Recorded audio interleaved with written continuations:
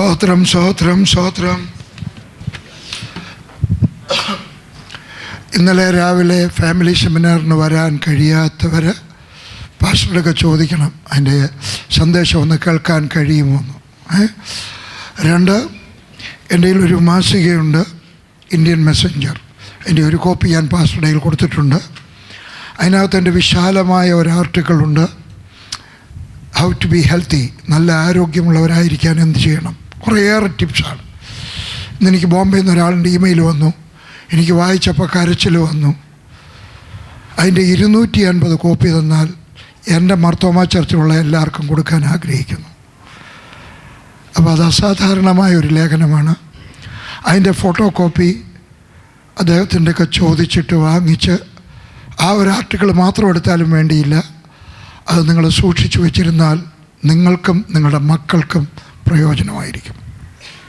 പ്രാർത്ഥിക്കാൻ മറക്കരുത്.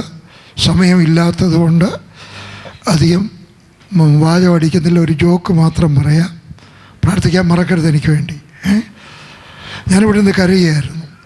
ചിലർ വിചാരിച്ചേക്കാം വീഞ്ഞു പോയത് എൻ്റെ ഇന്നായിരുന്നു. അതുകൊണ്ടൊന്നുമല്ല ഞാൻ കരഞ്ഞേ. വീഞ്ഞൻ്റെ തലയിൽ കൂടെ ഒഴിച്ചാലും ഞാൻ കരയത്തില്ല. വീഞ്ഞ് പോകാൻ പാടില്ല. ഒരു കഥ പറയാം. നമ്മളെത്ര ഭയത്തോടുകൂടെ കർത്തൃമേശ എടുക്കണമെന്നുള്ളതിന്. തിരുവല്ലായിക്കടുക്കൽ കറ്റോട് എന്ന് പറഞ്ഞൊരു സ്ഥലമുണ്ട്. അവിടെ പണ്ട് ഏകദേശം 60-70 വർഷത്തിന് മുമ്പ് ബ്രദർ സഭയിൽ അവിടെ ഉണ്ടായിരുന്ന എൽഡർ എൻ്റെയൊക്കെ പറഞ്ഞാണ്, MK ചാക്കോ എൻ്റെയൊക്കെ പറഞ്ഞാണ്, വഴക്കുണ്ടായി പിന്നെ കർത്തൃമേശ നടത്തത്തില്ല.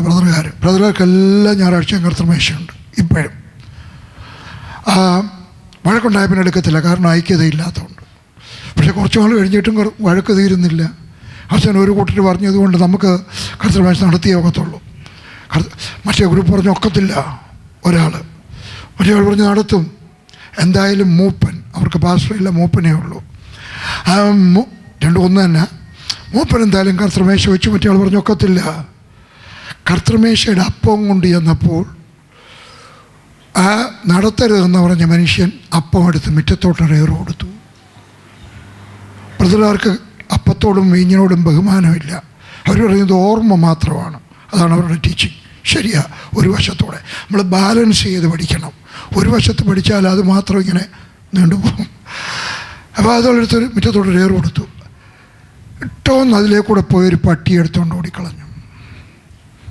3-ാമത്തെ ദിവസം ആ മനുഷ്യൻ പേപ്പട്ടിയെ പോലെ കുരച്ചുകൊണ്ട് വീട്ടിനകത്തെല്ലാം നടന്നു. 1978 കേട്ട കഥയാണ്. എന്നോടൊക്കെ പറഞ്ഞ അദ്ദേഹം MK ചാക്കോ. അപ്പം അതുകൊണ്ടല്ല ഞാൻ കരഞ്ഞ്, ഞാൻ കളയത്തില്ല. സഹോദരന്മാർ 2-3 പ്രാവശ്യം തുടച്ചു, നന്ദി. ഞാൻ കരഞ്ഞത് ആ പാട്ടുകൊണ്ടാണ്. പകരം ഞാൻ നിനക്ക് എന്ത് തരും? ഒന്നുമില്ല കൊടുക്കാൻ, 2000 രൂപയേ ഉള്ളൂ. അതുകൊണ്ട് കരഞ്ഞു പോയതാണ്. ഒരു 10-16 വർഷം അതും പല്ലുമൊക്കെ ആടിപ്പോയി, എന്ത് ചെയ്യാം? അതുകൊണ്ട് കരഞ്ഞു പോയതാണ്. അവിടെ കരഞ്ഞു പോയാണ്. കർത്താവിന് വേണ്ടി എന്തെങ്കിലുമൊക്കെ കൊടുക്കാൻ നമുക്കൊരു വലിയ ആവേശം ഉണ്ടായിരിക്കണം. ഒക്കെ നോക്കുക, എല്ലാം കൊടുക്കണം. ഞാൻ ചെയ്യുന്ന പോലെ നിങ്ങളാരും ചെയ്യരുത്. എൻ്റെ മോള് പറയുന്നതാണ്, ഡാഡി ചെയ്യുന്നതെല്ലാം നിങ്ങൾ ചെയ്യരുത്. ഡാഡി ഒരു ഡിഫറെൻറ്റ് പേഴ്സൺ അല്ലേ? ഞാൻ സ്വത്തെല്ലാം കൊടുത്ത് നിങ്ങളെല്ലാവരും കൂടെ സ്വത്ത് കൊടുത്തു കഴിഞ്ഞാൽ അവളെ വിഷമിക്കും. എനിക്ക് തന്നാൽ ഞാൻ വിഷമിക്കത്തില്ല. ഒരു ഫലിതം, കൊച്ചൊരു ഫലിതം, ഏറ്റവും ചെറിയൊരു ഫലിതം. ഒരു സ്ത്രീ ഒരു പാർട്ടിക്ക് അങ്ങോട്ട് ചെന്നപ്പോഴ് അടുത്തിരിക്കുന്ന സ്ത്രീ നോക്കിയപ്പോൾ അവരുടെ ഈ കല്യാണ മോതിരം വേറൊരു വിരലിലായിട്ടിരിക്കുന്നേ. അപ്പം മറ്റൊരു പറഞ്ഞു, നിൻ്റെ കല്യാണ മോതിരം തെറ്റായ വിരലിലാന്നല്ലോ ഇട്ടിരിക്കുന്നേ. അന്നേരം അവൾ പറഞ്ഞു, ഞാൻ തെറ്റായ മനുഷ്യനെയാണ് കല്യാണം കഴിച്ച്, അതുകൊണ്ടാണ് തെറ്റായ വിരലിലിട്ടിരിക്കുന്നത്.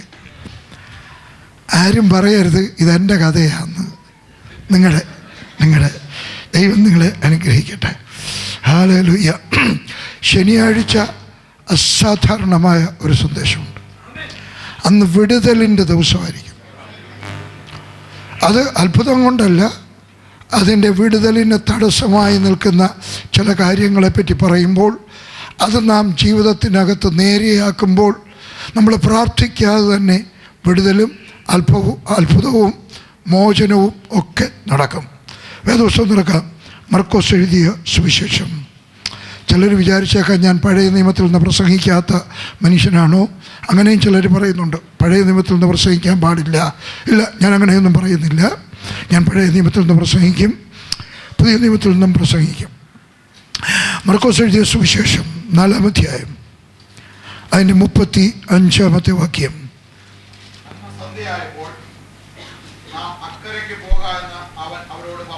അന്ന് സന്ധ്യയായപ്പോൾ, ഞാൻ ഇന്നലെ പറഞ്ഞതുപോലെ വേദപുസ്തകം പലപ്പോഴും നാം സാവധാനം പഠിക്കേണ്ടിയ ഒരു പുസ്തകമാണ്. പലപ്പോഴും, എപ്പോഴും ഇല്ല, ചിലപ്പം വേഗത്തിലങ്ങ് വായിച്ചു പോകും. 2-3 വിധത്തിൽ നമുക്ക് വേദപുസ്തകം വായിക്കാം. ബില്ലി ഗ്രഹാം ഒരു ദിവസം 20 മുതൽ 30 അധ്യായം വരെ വേദപുസ്തകം വായിക്കുമെന്ന് എന്നോടൊക്കെ പറഞ്ഞു. 20 അധ്യായം അത് വേഗത്തിൽ വായിക്കുകയാണ്. എന്നാൽ അത് കഴിയുമ്പോൾ മേശപ്പുറത്ത് എന്നിരുന്ന് പുസ്തകങ്ങളൊക്കെ നിരത്തി, കൺകോർഡൻസൊക്കെ നിരത്തി, ഇപ്പം എല്ലാം കമ്പ്യൂട്ടറിനകത്തൂടാകും. എന്നിട്ട് സാവധാനത്തിൽ പഠിക്കും. Deeper life. ഇവിടെ എഴുതിയിരിക്കുകയാണ്, അന്ന് സന്ധ്യ ആയപ്പോൾ. ഞാൻ പറഞ്ഞു, നമ്മളെല്ലാവരും വേഗത്തിൽ വായിച്ചു പോകുമ്പം ചില വാക്കിൻ്റെ അർത്ഥം മനസ്സിലാക്കത്തില്ല. എന്താണ് അതിൻ്റെ അർത്ഥം? അന്ന് ഏതെങ്കിലും അർത്ഥമുണ്ടോ? എല്ലാത്തിനും അർത്ഥം ഉണ്ടാകണമെന്നില്ല. എന്തെങ്കിലും അർത്ഥമുണ്ടോ? ഉണ്ടായിരിക്കാം. അതുകൊണ്ട് ഞാൻ അന്വേഷിച്ചു, ചിന്തിച്ചു. എങ്ങനെയാണ് ചിന്തിക്കുന്നത്? ഇച്ചിരി പുറകോട്ട് പോകണം, ഇച്ചിരി മുന്നോട്ട് പോകണം. പുറകോട്ട് പോയപ്പോഴാണ് കണ്ടേ അന്നത്തെ വ്യത്യാസം എന്താ? അന്ന് രാവിലെ മുതൽ, അധ്യായം ആദ്യം മുതൽ വായിക്കുമ്പോൾ, രാവിലെ മുതൽ യേശു ക്രിസ്തു കടപ്പുറത്ത് നിന്ന് പ്രസംഗിക്കുകയായിരുന്നു. പ്രസംഗിക്കുന്നത് വലിയ അധ്വാനമാണ്. ഒരു അധ്യാപകൻ 5 മണിക്കൂർ ക്ലാസ് എടുക്കാം, ക്ഷണിക്കാതെ വീട്ടിൽ പോതെ കാണാം. കാരണം അവർ സ്പീക്കിംഗ്. എന്നാൽ ആത്മാവിൽ നിറഞ്ഞ് പ്രസംഗിക്കുന്ന ഒരു മനുഷ്യൻ, അദ്ദേഹം 2 പ്രസംഗം കഴിയുമ്പം തളർന്നു പോകും. ഇൻ്റർപ്രറ്റ് ചെയ്യുന്നതാണ് പ്രസംഗിക്കുന്നതിനേക്കാൾ കൂടുതൽ പ്രയാസം. പ്രസംഗിക്കുന്ന ആൾ ആത്മാവിലങ്ങ് ഒഴുകുക, ഇൻ്റർപ്രറ്റ് ചെയ്യുന്ന ആൾക്ക് ചിന്തിക്കുകയും കൂടെ വേണം. അതുകൊണ്ടാണ് അവർ കുറച്ച് കൂടുതൽ വരക്കുന്നത്. ആത്മാവിൽ നിറഞ്ഞ് പ്രസംഗിക്കുന്നത് വലിയ പ്രയാസമാണ്. 3-4-5 പ്രസംഗം എന്ന് പറഞ്ഞു കഴിഞ്ഞാൽ വലിയ പ്രയാസമാണ്. യേശുക്രിസ്തു രാവിലെ മുതൽ പ്രസംഗിക്കുകയായിരുന്നു. അങ്ങനെയാണെങ്കിൽ യേശുക്രിസ്തു വല്ലാതെ തളർന്ന ദിവസം. 2 പാണയമായിരിക്കുന്നേ. ഗുഡ്, വന്നതിന് നന്ദി. ഞാനിങ്ങനെ നോക്കുമായിരുന്നു വല്ലപ്പോഴും ഒക്കെ. ഒന്ന് എഴുന്നേറ്റിരുന്നേ, 10 പേര് കാണട്ടെ. ഇതെൻ്റെ ഓഫീസ് സ്റ്റാഫാണ് ഡൽഹിയിലെ. ഇപ്പം ഇവിടെ ജോലി. എന്നെപ്പറ്റി അറിയണമെങ്കിൽ ഇദ്ദേഹത്തിൻ്റെ ഒക്കെ ചോദിച്ചാൽ മതി. എൻ്റെ ഗ്രാമക്കാരനാണ്, എൻ്റെ വീട്ടിലാണ്, വീടിനടുക്കലാണ് ജോസിൻ്റെ വീട്.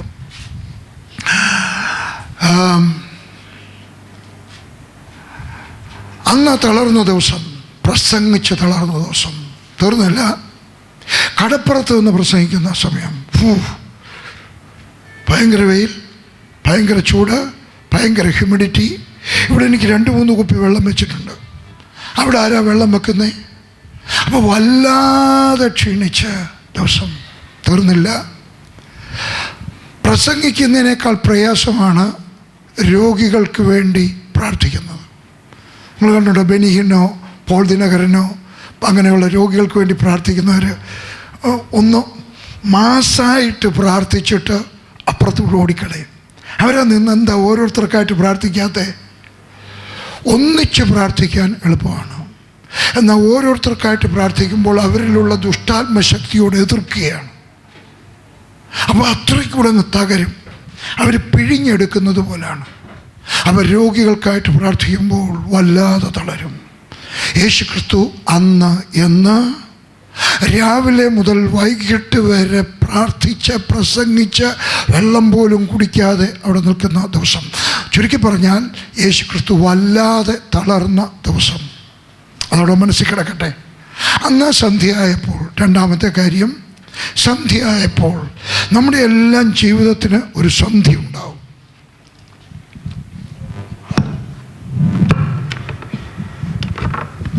നമ്മുടെ എല്ലാം ജീവിതത്തിൽ ഒരു സന്ധ്യ ഉണ്ടാകും.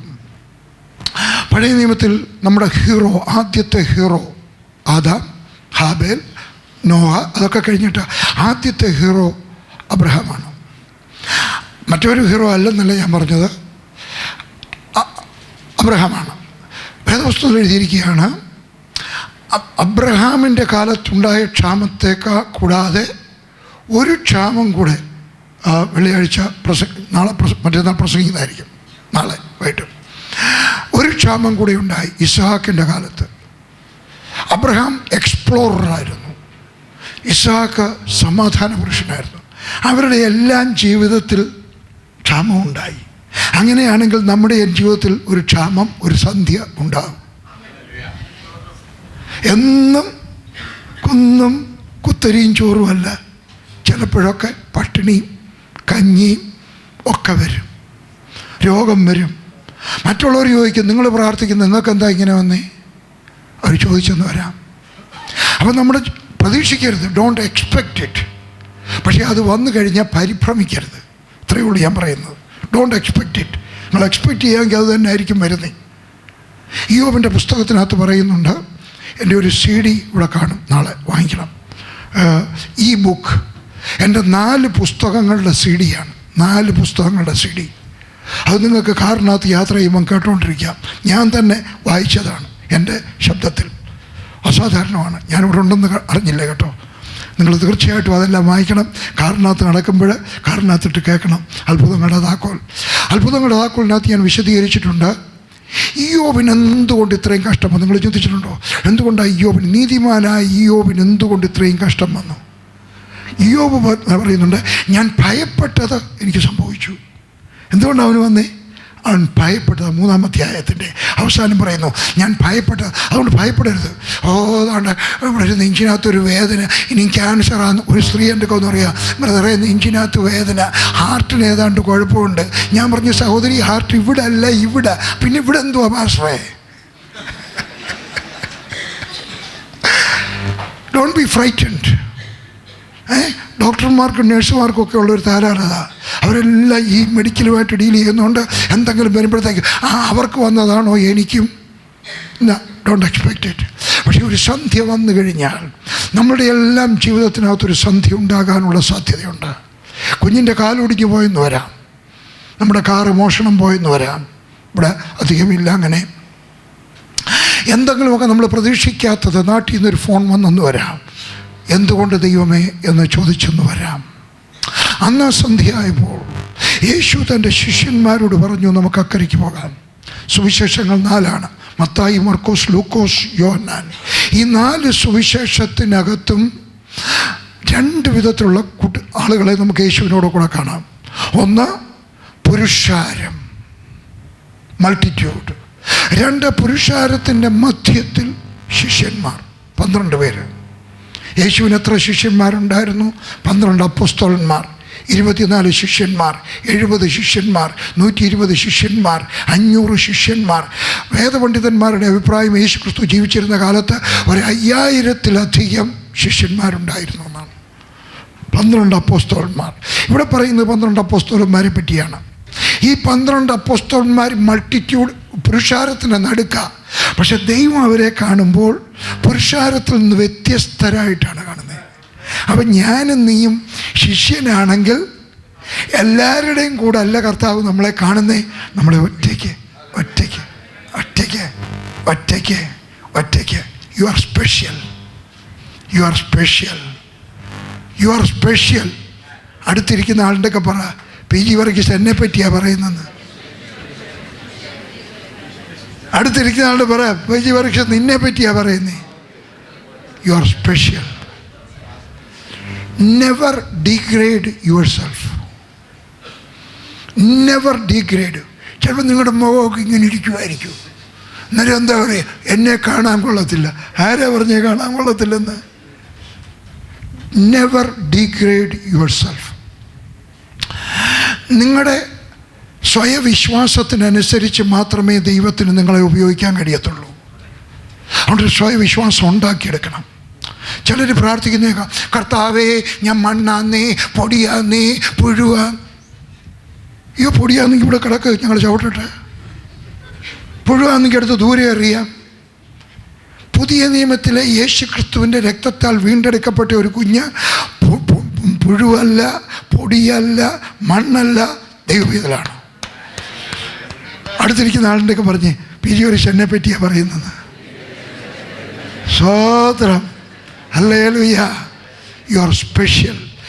Never degrade your self. ഇനിയും പറയുന്നത് കേട്ടാട്ടെ, നിങ്ങൾ വേറൊരാളിനെയും ഡീഗ്രേഡ് ചെയ്ത് സംസാരിക്കരുത്. ഭാര്യയെടുക്ക പറയരുത്, എടി കഴുതേ. ഇവിടെ ഉള്ളവർ വിളിക്കത്തില്ല, അപ്പുറത്തെ സഭക്കാർ വിളിക്കും കേട്ടോ, നിങ്ങൾ വിളിക്കരുത്. അഥവാ സഹോദരിമാരെ, നിങ്ങളുടെ ഭർത്താവ് എപ്പോഴെങ്കിലും നിങ്ങളെ കഴുതയെന്ന് വിളിച്ചാൽ തിരിച്ചൊന്നും പറയരുത്, ഇങ്ങനെ പറഞ്ഞാൽ മതി, കഴുതയുടെ ഭർത്താവേ എന്തോ വേണം. പിന്നെ അയാൾ തരുന്നതുകൂടെ വാങ്ങിച്ചോണം. കാര്യമല്ലയോ പറഞ്ഞ്, കഴുതയാണ് നീ, കഴുതയുടെ ഭർത്താവ്. മക്കളെ കയറി മണ്ടി എന്ന് വിളിക്കരുത്. എടാ ബുദ്ധിയില്ലാത്തവനെ, എടാ ഗുണം പിടിക്കാത്ത. നിങ്ങൾ പറയുന്ന ശാപങ്ങൾ ഫലിക്കാം. എൻ്റെ ഒരു ടേപ്പുണ്ട്, ശാപം വിട്ടൊഴിക്കുക, കേൾക്കണം. യൂട്യൂബിലൊക്കെ കേൾക്കാം, അസാധാരണം. നിങ്ങളുടെ കുഞ്ഞുങ്ങൾ ചിലപ്പോൾ പഠിക്കാത്ത എന്തുകൊണ്ടാണെന്നറിയാം, പണ്ട് നിങ്ങൾ പറഞ്ഞായിരിക്കും, മണ്ടനാടാ നീ പഠിക്കത്തില്ലടാ, നിനക്ക് മാർക്ക് കിട്ടത്തില്ലടാ. അപ്പുറത്തെ അച്ഛൻ കുഞ്ഞിൻ്റെ മോന് കിട്ടും. അവനെ അനുഗ്രഹിക്കുന്നു, എവളെ ശപിക്കുന്നു. മനസ്സിലായോ? Bless. You are called to bless. നിങ്ങളെ ദൈവം വിളിച്ചത് മറ്റുള്ളവരെ അനുഗ്രഹിക്കാനാണ്. എൻ്റെ ശുശ്രൂഷ എന്തുവാണെന്നറിയാം, അനുഗ്രഹിക്കുന്നതേ ഉള്ളൂ. ഞാൻ എൻ്റെ ജീവിതത്തിൽ ഒരാളിനെ മാത്രമേ ശപിച്ചിട്ടുള്ളൂ, അറിയാതെ പറ്റിപ്പോയതാണ്. അതങ്ങ് ഭരിക്കുകയും ചെയ്തു. അതുകൊണ്ട് നമ്മൾ അന്ന് സന്ധ്യയായപ്പോൾ യേശു ശിഷ്യന്മാരോട്, യു ആർ എ ശിഷ്യൻ, യു ആർ എ ശിഷ്യൻ. അതുകൊണ്ട് ശിഷ്യന്മാരോട് പറഞ്ഞു, നമുക്ക് അക്കരയ്ക്ക് പോകാം. യേശുവിൻ്റെ ആഗ്രഹം എന്തുവാ? നമ്മൾ നിൽക്കുന്നിടത്ത് അങ്ങ് നിൽക്കണമെന്നല്ല, മുമ്പോട്ട് പോകണം. ചിലർ പറയുന്നത് കേട്ടോ, നമ്മൾ എവിടെ നിൽക്കുന്നോ അവിടെ ഇങ്ങനെ അങ്ങ് ഉറച്ചു നിൽക്കണം. കേട്ടിട്ടുണ്ടോ നിങ്ങൾ പറയുന്നത്? ഞാൻ കേട്ടിട്ടുണ്ട്. ചുമ്മാ പറയാ. നിൽക്കുന്നിടത്ത് ഉറച്ചു നിൽക്കണമെന്നുള്ളത് യേശുവിൻ്റെ ആഗ്രഹമല്ല. പഴയ നിയമത്തിൽ മോശ ദൈവജനത്തോട് പറഞ്ഞു, നിങ്ങൾ നിശബ്ദരായിട്ട് ഉറച്ചു നിൽക്കുക. അത് കഴിഞ്ഞപ്പോൾ ദൈവം മോശയെടുക്കുക എന്ത് പറഞ്ഞു? നീ പറഞ്ഞല്ല ശരി, ദൈവജനത്തോട് മുമ്പോട്ട് പോകാൻ പറഞ്ഞു. അതുകൊണ്ട് ദൈവത്തിൻ്റെ ആഗ്രഹം നിങ്ങൾ മുമ്പോട്ട് പോകണമെന്നാണ്. യേശുവിൻ്റെ ആഗ്രഹം നമ്മൾ മുമ്പോട്ട് പോകണമെന്നാണ്. യേശുവിൻ്റെ ആഗ്രഹം മുമ്പോട്ട് പോകണമെന്ന് മാത്രമല്ല, ഞാൻ നോക്കിയോ, ഞാൻ മുമ്പോട്ട് പോകാൻ പോവാ. നോക്കണം, ഞാൻ മുമ്പോട്ട് പോകാൻ പോവാ.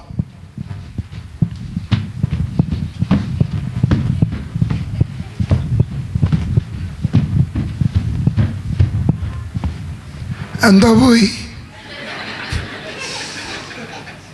മുമ്പോട്ട് പോയാൽ പോരാ, അക്കരയ്ക്ക് പോകണം. അക്കരയ്ക്ക് പോകാത്തവരെല്ലാവരും ഉണ്ടോ? സ്നാനപ്പെടാത്തവർ, ദശാംശം കൊടുക്കാത്തവർ, പ്രാർത്ഥിക്കാത്തവർ, യേശുവിനെ പറ്റി ആരോടെങ്കിലുമൊക്കെ പറയാത്തവർ, നമ്മൾ മുമ്പോട്ട് പോകണം. ചോദ്യം ചോദിക്കാൻ പോവുക. കഴിഞ്ഞ വർഷം ഈ 2013 നിങ്ങൾ കർത്താവിനോട് ചേർന്ന് അക്കരയ്ക്ക് പോയോ? കുറച്ചുകൂടെങ്കിലും മുമ്പോട്ട് പോയോ ആത്മീകമായിട്ട്? ഇല്ല എങ്കിൽ ഒരു പ്രാർത്ഥന ഉണ്ടായിരിക്കട്ടെ. കർത്താവ്, ഡിസംബർ 31 മുമ്പ് എനിക്ക് കുറച്ചുകൂടെ മുമ്പോട്ട് പോകാൻ എന്നെ സഹായിക്കണം. ഈ വർഷം ജൂൺ മാസത്തിൽ ഞങ്ങളുടെ ലീഡേഴ്സ് മീറ്റിംഗ് നടക്കുകയായിരുന്നു. ഞങ്ങൾക്ക് 3 ലീഡേഴ്സ് മീറ്റിംഗ് ഉണ്ട്.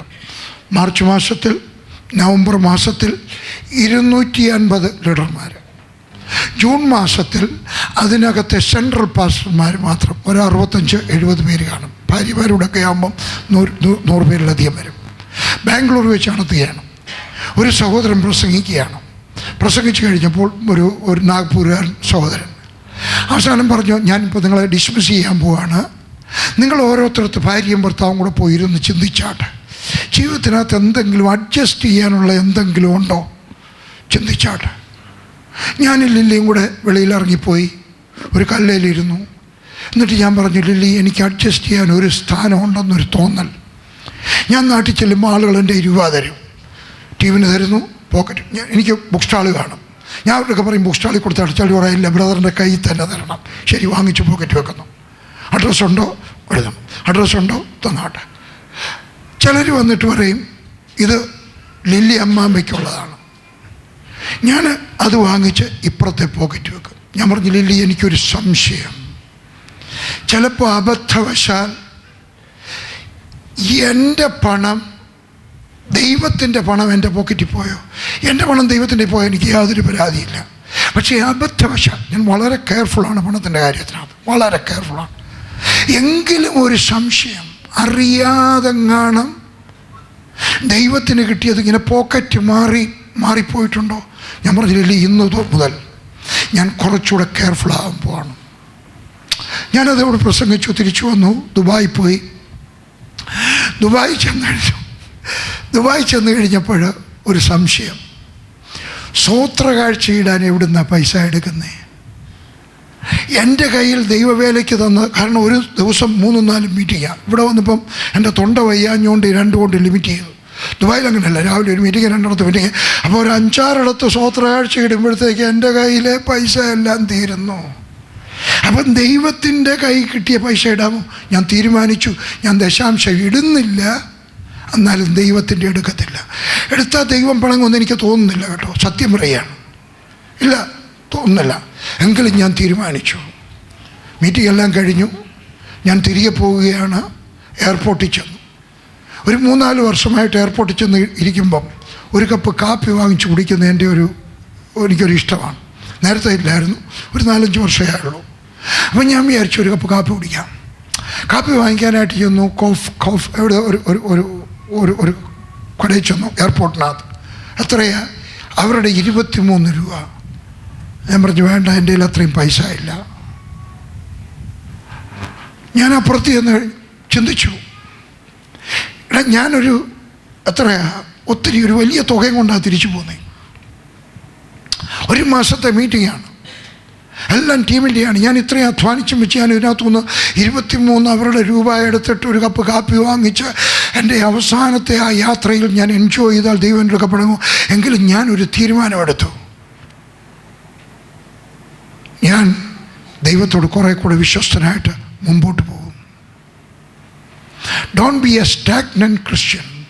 നിങ്ങളുടെ തീരുമാനത്തിനകത്ത്, നിങ്ങളുടെ പെരുമാറ്റത്തിനകത്ത്, വേറൊരു സ്ത്രീയോട് ഇടപെടുന്നതിനകത്ത്, ദ്വയാർത്ഥത്തിൽ സംസാരിക്കുന്നതിനകത്ത്, നോക്കുന്നതിനകത്ത് എല്ലാം വിശുദ്ധിക്ക് വേണ്ടി ഒരു വലിയ ആഗ്രഹം ഉണ്ടായിരിക്കട്ടെ. ഇന്നത്തെ നമുക്ക് വലിയൊരു തകരാറുണ്ട്. പലരും വിശുദ്ധിയെപ്പറ്റി പറയുമ്പോൾ എന്തുവാണെന്നറിയാം? ഇനി ഞാൻ ആഭരണം ധരിക്കത്തില്ല, ധരിക്കാത്തവർക്കായിട്ട് സ്തോത്രം. ഇനി ഞാൻ വെള്ളവസ്ത്രമേ ഇടത്തുള്ളൂ, അങ്ങനെ ചെയ്യുന്നവർക്കായിട്ട് സ്തോത്രം. ഇന്നലെ ഞാൻ കാവ്യവസ്ത്രം ഇട്ടുകൊണ്ട് ആർക്കെങ്കിലും പിണക്കം ഉണ്ടായോ? ഞാനൊരിക്കൽ കോതമംഗലത്ത് പ്രസംഗിക്കാൻ കയറി ചെന്ന് കഴിഞ്ഞുണ്ടേ, ഇന്നലെ ഇട്ടല്ലായിരുന്നു, അതിനൊക്കെ കുറച്ചുകൂടെ ലൈറ്റായിരുന്നു. ഒരാൾ വന്ന് പറഞ്ഞ്, കണ്ടിട്ട് രാജഗോപാലാന്ന് തോന്നിയപ്പോയല്ലോ. അപ്പോൾ അത് കേട്ടുകൊണ്ട് ഞാൻ പ്ലാറ്റ്ഫോമിൽ നിന്നുകൊണ്ടൊരു എക്സ്പ്ലനേഷൻ കൊടുത്തു. ഇന്നലെ ഇവിടെയും കൊടുക്കേണ്ടിയായിരുന്നു, പിന്നെ ഓർത്തു. ഞാൻ പറഞ്ഞു, യേശു ക്രിസ്തു ജനിച്ചത് യെരുശലേം അല്ല ജനിച്ചത്, പലസ്തീനിലല്ലായിരുന്നു. കേരളത്തിലായിരുന്നെങ്കിൽ, ഇന്ത്യയിലായിരുന്നെങ്കിൽ യേശു ക്രിസ്തു കുപ്പായിട്ടുണ്ട് നടക്കുമായിരുന്നു? ഇല്ല. എന്തോ ഇട്ടേനി? ഒരു കാവ്യമുണ്ടും ഒരു കാവ്യ ഉടുപ്പും. ഡ്രസ്സിലല്ല കാര്യം. വെള്ളവസ്ത്രവും ധരിച്ച് ഒന്നും ഇടാതെ അമ്മായിമ്മയെ ചീത്ത പറയുന്നതാണോ? ഓഫീസിൽ വൃത്തികേട് കാണിക്കുന്നവരാണോ? ആശുപത്രിയിലെ മരുന്ന് മോഷ്ടിക്കുന്നവരാണോ? ഏതാണ് നല്ലത്?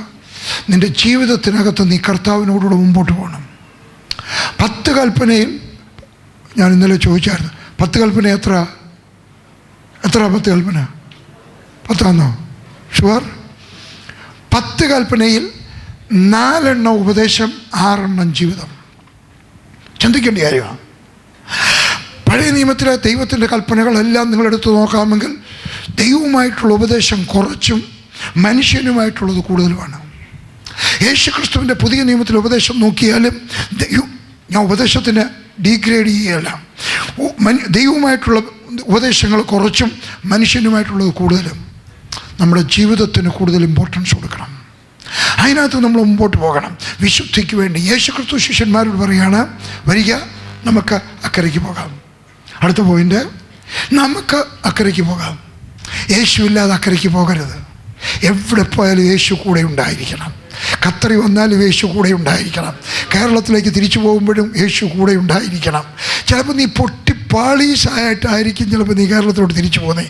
പക്ഷേ യേശു കൂടെ ഉണ്ടെങ്കിൽ നിനക്ക് വേണ്ടി അത്ഭുതം ചെയ്യുവാൻ, അവിടെ ചെയ്യുവാൻ കഴിയും. There is a place called there. അവിടെ എന്നൊരു സ്ഥലമുണ്ട്. എവിടെ? യേശു ഉള്ളിടത്ത്, യേശു അയക്കുന്നിടത്ത് അവിടെ അത്ഭുതം ഉണ്ടായിരിക്കും. അത് ഖത്തറി വരണമെന്നൊന്നുമില്ല. ഖത്തറി വന്നാലും സ്വത്രം, ഖത്തറിൽ ഇല്ലേലും സ്വത്രം. യേശു എവിടെയുണ്ടോ അവിടെ അത്ഭുതം ഉണ്ടായിരിക്കും. അതുകൊണ്ട് യേശുവിൻ്റെ കൂടെ മാത്രമേ നിങ്ങൾ മുമ്പോട്ട് പോകാവൂ. എവിടെയായിരുന്നാലും യേശു ഇല്ലാത്തടത്ത് ഒരിക്കലും പോകാൻ പാടില്ല. അടുത്ത വാക്യം.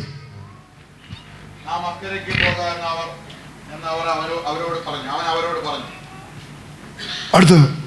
അവർ പുരുഷാരത്തെ വിട്ടു, താൻ പടകിൽ ഇരുന്ന പാടെ അവനെ കൊണ്ടുപോയി. മറ്റു ചെറുകടകളും കൂടെ ഉണ്ടായിരുന്നു. അവർ പുരുഷാരത്തെ വിട്ടു. നമ്മൾ പലപ്പോഴും പുരുഷാരത്തെ വിടത്തില്ല. നമ്മുടെ അപ്പൻ, അമ്മ, അമ്മാച്ചൻ, ബന്ധുക്കൾ, സ്നേഹിതർ അവരെ ഉപേക്ഷിക്കണമെന്നല്ല പറഞ്ഞ് ആത്മീയമായ കാര്യത്തിനകത്തൊരു വേർപാടുണ്ടായിരിക്കണം. നമ്മൾ പലരും ഇങ്ങനെ പറയും നിങ്ങൾ വേർപെട്ട് ആരാധിക്കുന്നവരാ, നല്ലതാ. പക്ഷേ ഇതിൻ്റെ ചോദ്യം, നിങ്ങൾ പുരുഷാരത്തോട് വേർപെട്ടിട്ടുണ്ടോ?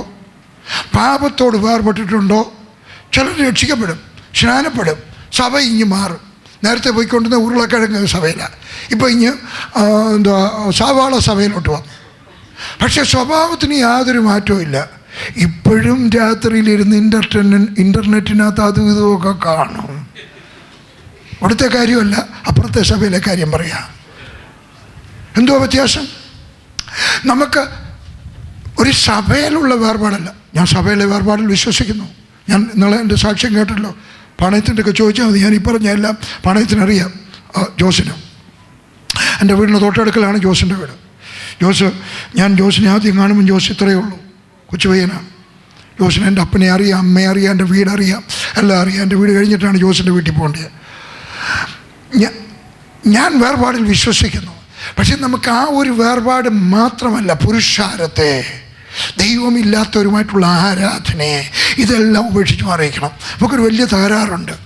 നമ്മൾ ഡോഹെ വരുമ്പോൾ യേശുക്രിസ്തു പാപികളെ രക്ഷിക്കുന്നു, ഹല്ലേലൂയ.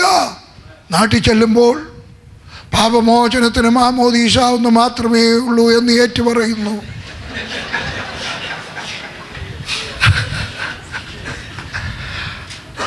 അടുത്തിരിക്കുന്ന ആളിൻ്റെ ഒക്കെ പറയണോ അയാൾ എൻ്റെ കാര്യമാണ് പറയുന്നതെന്ന്?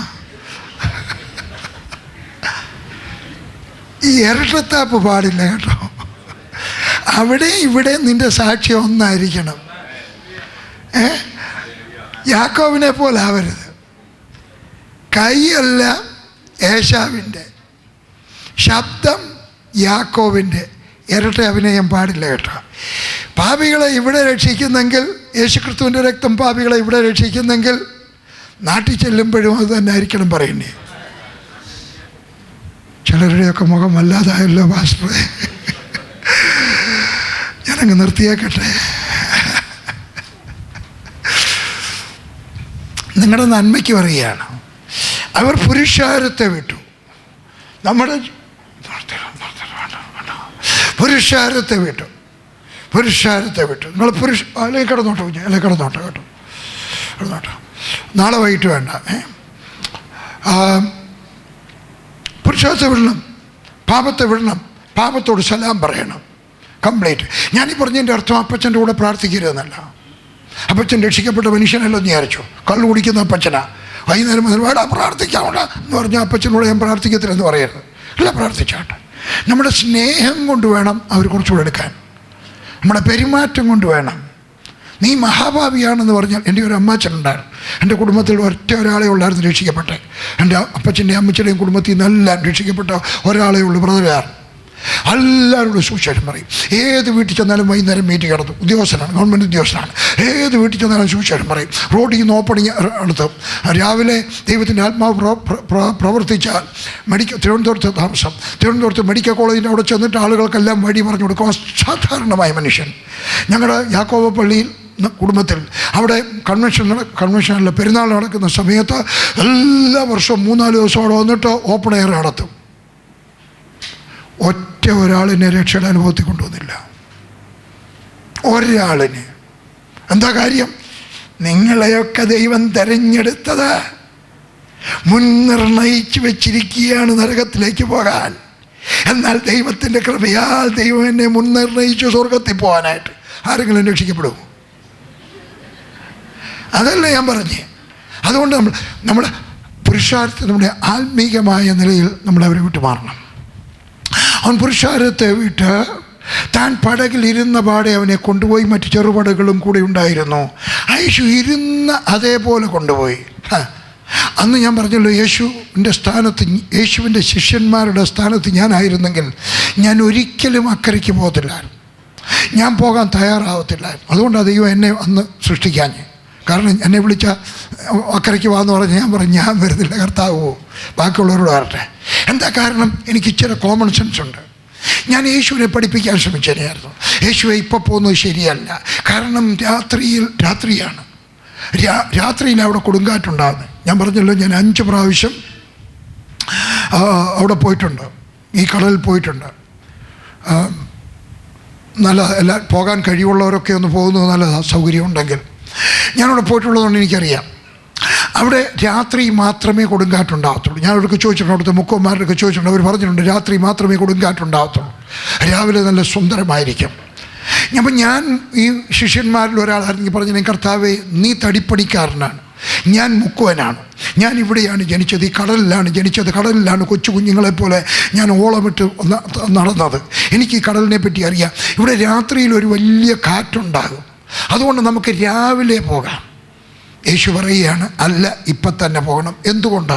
മറുപടി ഞാൻ അവസാനം പറയാം.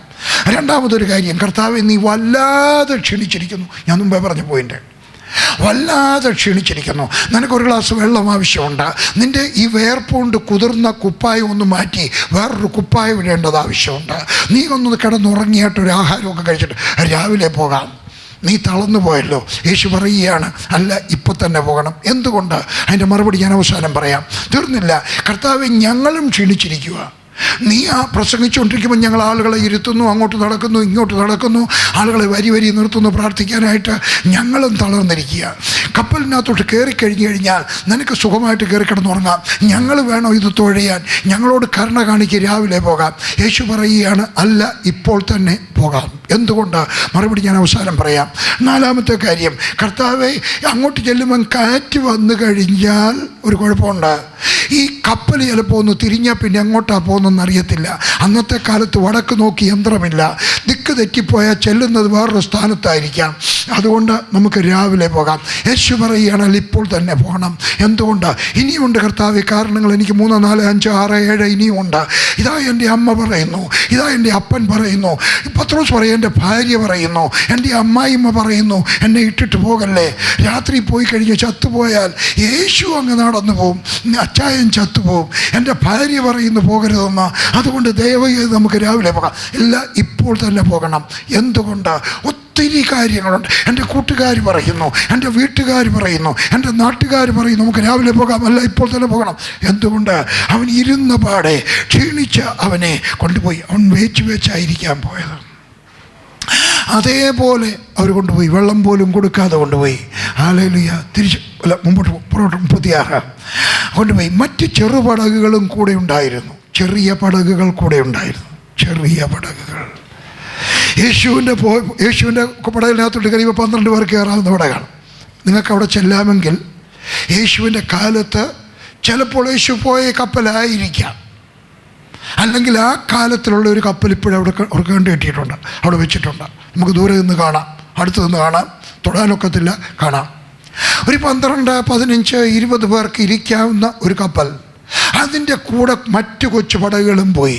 ചങ്ങനാശ്ശേരിക്കാരൻ്റെ പടകും പോയി, ക്നാനായക്കാരൻ്റെ പടകും പോയി, യാക്കോവക്കാരൻ്റെ പടകും പോയി, മർത്തോമക്കാരൻ്റെ പടകും പോയി, പെന്തിക്കോസുകാരൻ്റെ പടകും കയറി, ചാക്കോച്ചനും കയറി, യോനാച്ചനും കയറി, മർക്കോസച്ചനും കയറി, മാത്തുക്കുട്ടിയും കയറി, എല്ലാവരും കയറി, എല്ലാവരും കൂടെ തുഴയാൻ തുടങ്ങി. മറ്റു പല ചെറുപടകുകളും കൂടെ ഉണ്ടായിരുന്നു. എൻ്റെ അടുത്ത ചോദ്യം, ഈ കൂടെ പോയ ചെറുപടകുകൾക്ക് എന്ത് സംഭവിച്ചു? ചരിത്രം ഇങ്ങനെ പറയുന്നു, കഥ ഇങ്ങനെ പറയുന്നു.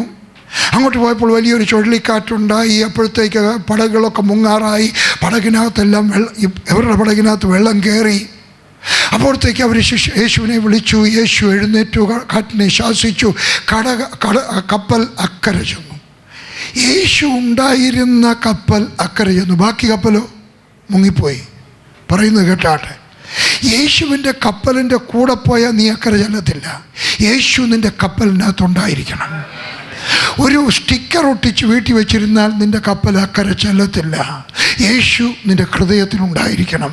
വേദപുസ്തകം അലമാരിയിൽ വെച്ചിരുന്നാൽ പോരാ, വേദപുസ്തകത്തിനകത്തെ വാക്യങ്ങൾ നിൻ്റെ ഹൃദയത്തിനകത്തുണ്ടായിരിക്കണം. കുരിശുമാല കഴുത്തേലിട്ടിരുന്നാൽ പോരാ, കുരിശിൻ്റെ അനുഭവം നിൻ്റെ ഹൃദയത്തിനകത്തുണ്ടായിരിക്കണം. ഏതൊരു പടകിലാണോ യേശു ഉണ്ടായിരുന്നത് ആ പടക് മാത്രമേ അക്കരെ ചെന്നുള്ളൂ. മാനസാന്തരപ്പെട്ടവൻ മാത്രമേ അക്കരെ ചെല്ലത്തുള്ളൂ. അല്ലാത്ത ഒരു വഴിയിൽ വെച്ച് നശിച്ചു പോകത്തേ ഉള്ളൂ. നശിച്ചു പോകാൻ ഇടയായി തീരരുത്. അടുത്ത വാക്യം.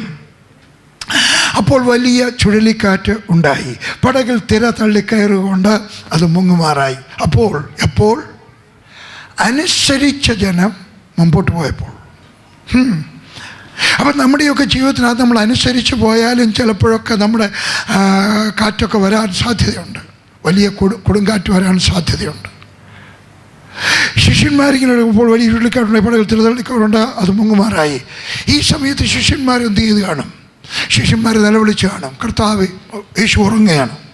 അവർ നിലവിളിച്ച് കാണും, സ്വർഗസ്ഥനായ ഞങ്ങളുടെ ദൈവമേ, നിൻ്റെ പുത്രനായ യേശു ക്രിസ്തു പറഞ്ഞത് കേട്ട് അനുസരിക്കുകയാണ്. ഇംഗ്ലീഷ് പറഞ്ഞാൽ കുറച്ചുകൂടെ സുന്ദരമാണ്.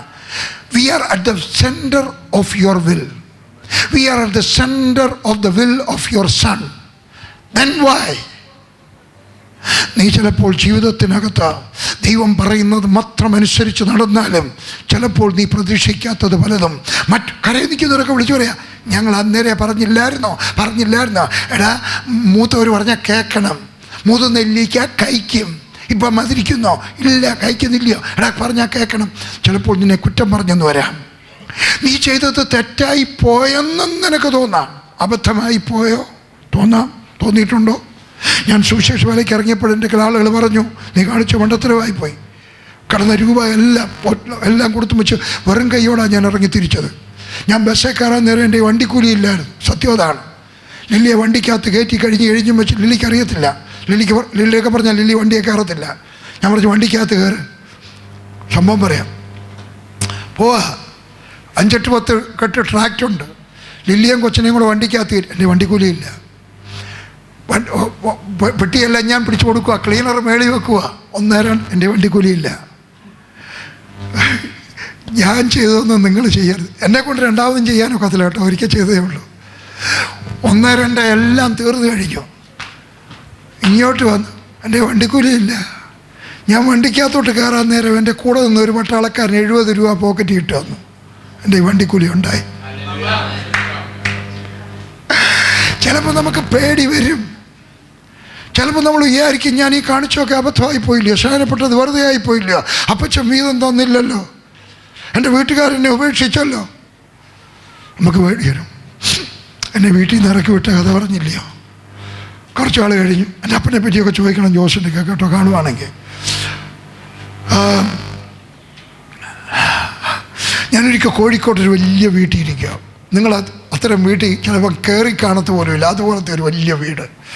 ഭയങ്കര ഉണക്കാരൻ, കായലിൻ്റെ നടുക്കാണ് വീട്. അപ്പം ഞാൻ മേളത്തെ നിലയിൽ ഇങ്ങനെ ഇരിക്കുക. ഇരുന്നുകൊണ്ട് ഞാൻ ഇങ്ങനെ പ്രാർത്ഥിക്കുക. എനിക്ക് അന്ന് വൈകുന്നേരം 5 മണിയാകുമ്പം ഡോക്ടർമാരുടെ അടുക്കൽ സംസാരിക്കണം. പ്രൊഫഷണൽസ്, നേഴ്സുമാരില്ല, ഹെഡ് മാസ്റ്റർ പോലും ഇല്ല, വക്കീലന്മാർ, എൻജിനീയേഴ്സ്, ഡോക്ടേഴ്സ്, CA, ഇത്രയേ ഉള്ളൂ. അപ്പോൾ ഒരു ചെറിയൊരു മനസ്സിനകത്തൊരു പേടിയുണ്ട്. അന്നത്തെ എൻ്റെ വിഷയം ഫാമിലി ലൈഫാണ്. ഇപ്പോൾ എനിക്ക് കുറച്ചുകൂടെയൊക്കെ ക്ലാസ് എടുക്കാൻ അറിയാമെന്ന് തുടങ്ങിയതേ ഉള്ളൂ. അപ്പം ഞാൻ വിചാരിച്ചു, കർത്താവേ, അബദ്ധം പറ്റിയാൽ എവർ പറയും, കണ്ടില്ലേ 10ാം ക്ലാസ് പഠിച്ചവന് വലിയ ബുദ്ധിയുണ്ടോ എന്ന് പറയും. അന്ന് ഞാൻ പ്രാർത്ഥിച്ചുകൊണ്ടിരിക്കുമ്പം അതിലെ കൂടെ ആണ്ടോ ഒരു ചെറുപ്പക്കാരൻ, ഞാൻ ഇങ്ങനെ ഇരിക്കുക, ആ കായലിലോട്ട് നോക്കി കാലുമൊക്കെ ഇങ്ങനെ പൊക്കി മേശപ്പുറത്ത് വെച്ചുകൊണ്ടിരിക്കുക. ആണ്ടോ അതിലെ കൂടെ ഒരു ചെറുപ്പക്കാരൻ നല്ല സ്പീഡിന് നടന്നു വരുന്നു, ഹൈ സ്പീഡിന് നടന്നു വരുന്നു. ഓടി ഇങ്ങോട്ട് വന്നു കഴിഞ്ഞുമ്പോൾ എൻ്റെ മുമ്പിലോട്ട് ഇങ്ങനെ മുട്ടുകുത്തി തല കുനിച്ചുകൊണ്ട് പറയാ, അച്ചോ, ഞാൻ ഇതുവഴി പോവായിരുന്നു, ഇവരെൻ്റെ കൂട്ടുകാരാണ്. അന്നേരം ഇവിടെ വന്ന് കയറിയപ്പോഴാണ് പറഞ്ഞ, മേളിലൊരു അച്ഛൻ ഇരിപ്പുണ്ട്, പ്രാർത്ഥിച്ചാൽ അനുഗ്രഹം പ്രാപിക്കും, അതുകൊണ്ട് എൻ്റെ തലയെ കൈവച്ചൊന്ന് അനുഗ്രഹിക്കണം. ഞാൻ നോക്കി, ഞാൻ എങ്ങാണ്ടൊക്കെ കണ്ടിട്ടുള്ളതുപോലെ നമ്മുടെ സിനിമാ താരം മോഹൻലാൽ. ഞാനങ്ങ് ഡ്യൂപ്ലിക്കേറ്റ് അല്ല, ഒറിജിനൽ. ഞാനങ്ങ് അത്ഭുതപ്പെട്ടു. ഞാൻ ചോദിച്ചു, മോഹൻലാൽ അല്ലയോ? ആന്നു. ഞാൻ പറഞ്ഞ്, അനുഗ്രഹിക്കുന്നത് പിന്നെ സ്വർഗത്തിൽ പോകുന്ന വഴി ആദ്യം പറഞ്ഞുതരാം. എളുപ്പം ഞാൻ എൻ്റെ ബ്രീഫ് കേസ് തുറന്നിട്ട് അതിനകത്തുനിന്ന് 2 പുസ്തകം എടുത്ത് ഓട്ടോഗ്രാഫി ചെയ്ത് ഒപ്പിട്ട് കൈ കൊടുത്തു. തലേ കൈവച്ച് അനുഗ്രഹിച്ചു. ഡൽഹി വരുമ്പോൾ എൻ്റെ വീട്ടിൽ വരണമെന്ന് പറഞ്ഞു. അത് ഒരിക്കലേ ഡൽഹി വന്നിട്ടുള്ളൂ, പ്രസിഡൻറ്റിൻ്റെ ഇന്ന് അവാർഡ് വാങ്ങിക്കാനെന്ന് പറഞ്ഞു. എന്നിട്ട് ഞാൻ വർത്തമാനമൊക്കെ പറഞ്ഞു വെച്ച് അപ്പോൾ എൻ്റെ പുറകെ നിൽക്കുന്ന വീട്ടിനോട് ദിവസം പറഞ്ഞു, ആ സമയമായി കേട്ടോ, 4 കഴിഞ്ഞു, 5 മണിക്ക് വെയിറ്റ് ചെയ്യാം. ഞാൻ പറഞ്ഞു ഞാൻ പോട്ടെ, കണ്ട സന്തോഷം. എൻ്റെ സൂട്ട് കേസുണ്ട്, ഞാൻ ഓരോ ദിവസം ഓരോ സ്ഥലത്താണ്. ബ്രീഫ് കേസുണ്ട്. എടുക്കാൻ തുടങ്ങിയ മോഹൻലാൽ കയറി പിടിച്ചു. ഞാൻ പറഞ്ഞില്ല തരത്തില്ല കേട്ടോ, പ്രസിഡൻ്റ് ഇന്ന് അവാർഡ് വാങ്ങിച്ച വലിയ സിനിമാ താരം എൻ്റെ പറ്റിയെടുക്കുക. അയാൾ കയറി പിടിച്ചു. ഞാൻ അയാളുടെ ഇച്ചിരി അവിടെ ഇവിടെയൊക്കെ ഈ കോമിക് ഡേയോ എന്ന് പറയും, അതൊക്കെ കണ്ടിട്ടുണ്ട് അവിടെ ഇവിടെയൊക്കെ. അപ്പോൾ ഇയാളോടൊക്കെ ഗുസ്തി കൂടുന്നത് എൻ്റെ ആരോഗ്യത്തിന് ശരിയല്ലെന്ന് മനസ്സിലായതുകൊണ്ട് ഞാനങ്ങ് വിട്ടുകൊടുത്തു. അയാൾ എൻ്റെ പെട്ടിയെടുത്തു. ഞാൻ മുമ്പേ മോഹൻലാൽ എൻ്റെ സൂട്ട് കേസ് എടുത്തുകൊണ്ട് പുറകെ, വീട്ടുടമസ്ഥൻ പേര് ഞാൻ പറയത്തില്ല, അയാൾ പുറകെ. വേലക്കാരൊക്കെ വന്നപ്പം മോഹൻലാൽ കൊടുക്കത്തില്ല. അപ്പോൾ വലിയ വീടാണ്, ഭയങ്കര വീട്. ആ വീടിൻ്റെ അതിലെ കൂടെ ഞാൻ എൻ്റെ കൂടെ ഉള്ളവരെയൊക്കെ കൊണ്ടുപോയിട്ടുണ്ട് അവിടെ കാണിക്കാനായിട്ടെങ്കിലേ അവർക്ക് മനസ്സിലാകത്തുള്ളൂ, വിശദീകരിച്ചാൽ മനസ്സിലാകത്തില്ല. ലില്ലിയും RSV ഒക്കെ ഞാൻ കൊണ്ടുപോയിട്ടുണ്ട്. അതിലെ കൂടെ ഇങ്ങനെ നടന്ന് ഇങ്ങനെ ഗാർഡനകത്തൂടെ വരികയാണ്. വരുന്ന സമയത്ത് മോഹൻലാലിൻ്റെ 2 ജീപ്പ് നിറച്ച് ബോഡി ഗാർഡ് താഴെ ഇരിപ്പുണ്ട്, സിഗരറ്റൊക്കെ വലിച്ചിരിക്കുക. പെട്ടെന്ന് കണ്ടുമ്പോൾ ആരാണ്ട് പറഞ്ഞാൽ ലാലേട്ടൻ വരുന്നു. എല്ലാവരും കൂടെ ചാടി എഴുന്നേറ്റു. ഒരുത്തൻ അതിനകത്ത് ചോദിച്ചു, എടാ ഈ ആരാടാ? എൻ്റെ തൊണ്ടയുടെ കുഴപ്പമായിരിക്കും, മൈക്കിൻ്റെ. ഒരാൾ ചോദിച്ചു, എടാ ലാലേട്ടൻ നമ്മുടെ പെട്ടിയെടുക്കുന്നല്ലോ, ഈ ആൾ ആരായിരിക്കും? ഞാൻ നേരം വിചാരിച്ചു ആരായിരിക്കും? 10ാം ക്ലാസ് പഠിച്ച പട്ടാളം വർഗീസ്.